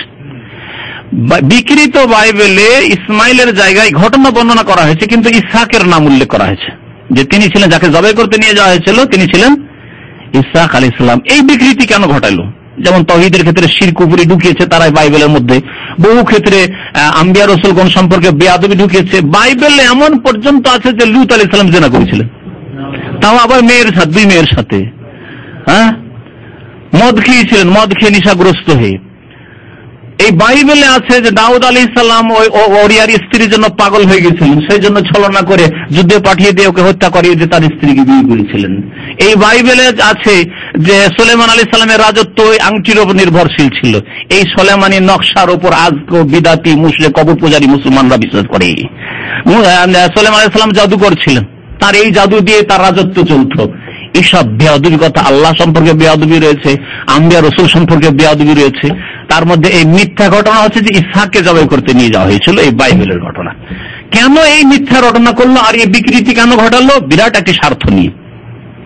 বাইবেল যারা রচনা করেছে, অর্থাৎ মিথ্যা যারা ঢুকিয়েছে, তার এই জন্য ইসহাকের নাম ঢুকেছে ইসমাইল আলাইহিস সালামের জায়গায়, যাতে করে এই সম্মান মর্যাদা তাদের হাসিল হয়। কারণ বনি ইসরাইলরা ইসহাক আলাইহিস সালামের বংশ পরম্পরা। পক্ষান্তর ইসমাইল আলাইহিস সালাম যদি আল্লাহর জবি হয়, মানে জবাই করে তাকে নিয়ে যাওয়া হয়, তাহলে এই সম্মান তো আরবদের মধ্যে চলে যাচ্ছে, কুরাইশদের মধ্যে চলে যাচ্ছে। না না না, তারা সম্মানিত বংশ নয়। সম্মানিত বংশ আল্লাহ পাকের শ্রেষ্ঠ মানুষ, শ্রেষ্ঠ সৃষ্টি, শ্রেষ্ঠ বান্দা আমরা বনি ইসরাইল। কারণ আমাদের পূর্বপুরুষ ইসহাক আলাইহিস সালামকে জবাই করতে নিয়ে যাওয়া হয়েছিল। এই জন্য তারা এই বিকৃতি ঘটিয়েছে বাইবেলে। বুঝতে পারলেন স্পষ্ট? আর এই মিথ্যুক দাজ্জাল, যার সম্পর্কে শুনলাম যে নাকি কোন মুসলিমের সন্তান ছিল, নাম ধরেছে হিন্দুর, মুরতাদ, আল্লাহ পাক রব্বুল আলামিন দুনিয়াতে যেন তাকে কঠোর শাস্তি দান করেন, আর পরকালে তো আল্লাহুম আযাবুন আলিম, এইরকম জালিমদের জন্য কঠোর শাস্তি অবশ্যই রয়েছে ইনশাআল্লাহ তাআলা। আল্লাহ পাক যেন মুসলিম যারা আল্লাহ যাদেরকে নেতৃত্ব দিয়েছেন তাদেরকে হিদায়াত দান করেন, তাদেরকে বুঝার তৌফিক দান করেন, যাদেরকে বিদ্যা বুদ্ধি দিয়েছেন, যাদেরকে আদালতে আল্লাহ পাক ক্ষমতা দিয়েছেন, তাদেরকে আল্লাহ পাক যেন সুমতি দান করেন, তারা যেন এইসব বিষয়গুলি কোরআন এবং হাদিসের আলোকে বিচার করার চেষ্টা করে, এবং কোরআন এবং হাদিসের বাস্তবায়ন আল্লাহ পাক আমাদের সকলকে যেন তৌফিক দান করেন। আমাদের বেশ কিছু ভাইয়েরা দোয়া চেয়েছেন, তার মধ্যে এক ভাইয়ের বাবা ইন্তেকাল করেছেন। আল্লাহ যেন তার রুহের মাগফিরাত করেন, তার গুনাহ খাতা যেন মাফ করেন, আল্লাহ পাক যেন জান্নাতুল ফিরদৌস দান করেন, অতীতের গুনাহ আল্লাহ পাক মাফ করে কবর আযাবকে যেন দূর করেন, আর আত্মীয় স্বজনদেরকে আল্লাহ যেন সান্ত্বনা দান করেন। আর এক ভাইয়ের বাবা না ভাই অসুস্থ আছে, আর অনেকে অসুস্থ রয়েছেন, এখানে যারা আছেন অনেকে অসুস্থ আছেন, বাইরে যারা আছেন মুমিন মুমিনাত ভাইরা আমাদের বা আমাদের আত্মীয় স্বজন অনেকে অসুস্থ রয়েছেন, পেরেশানিত রয়েছেন। আল্লাহ পাক আমাদের অসুস্থতা যেন দূর করে দেন, আল্লাহ আমাদেরকে যেন শিফা দান করেন, আরোগ্য দান করেন, আল্লাহ পাক আমাদের যেন গুনাহ খাতা মাফ করেন, আল্লাহ পাক আমাদের বালা মুসিবত বিপদ যেন দূর করেন। যেসব ভাইরা পেরেশানিত রয়েছেন, কর্মহীন রয়েছেন, কাজ নেই, অথবা আর্থিক পেরেশানিত রয়েছেন, মানসিক পেরেশানিত রয়েছেন, আল্লাহ পাক যেন আমাদের পেরেশানি দূর করে দেন। আল্লাহ আমাদেরকে দুনিয়াতেও যেন শান্তিতে সুখে রাখেন, আর আখিরাতে যেন সুখময় স্থান জান্নাতুল ফিরদৌস দান করেন।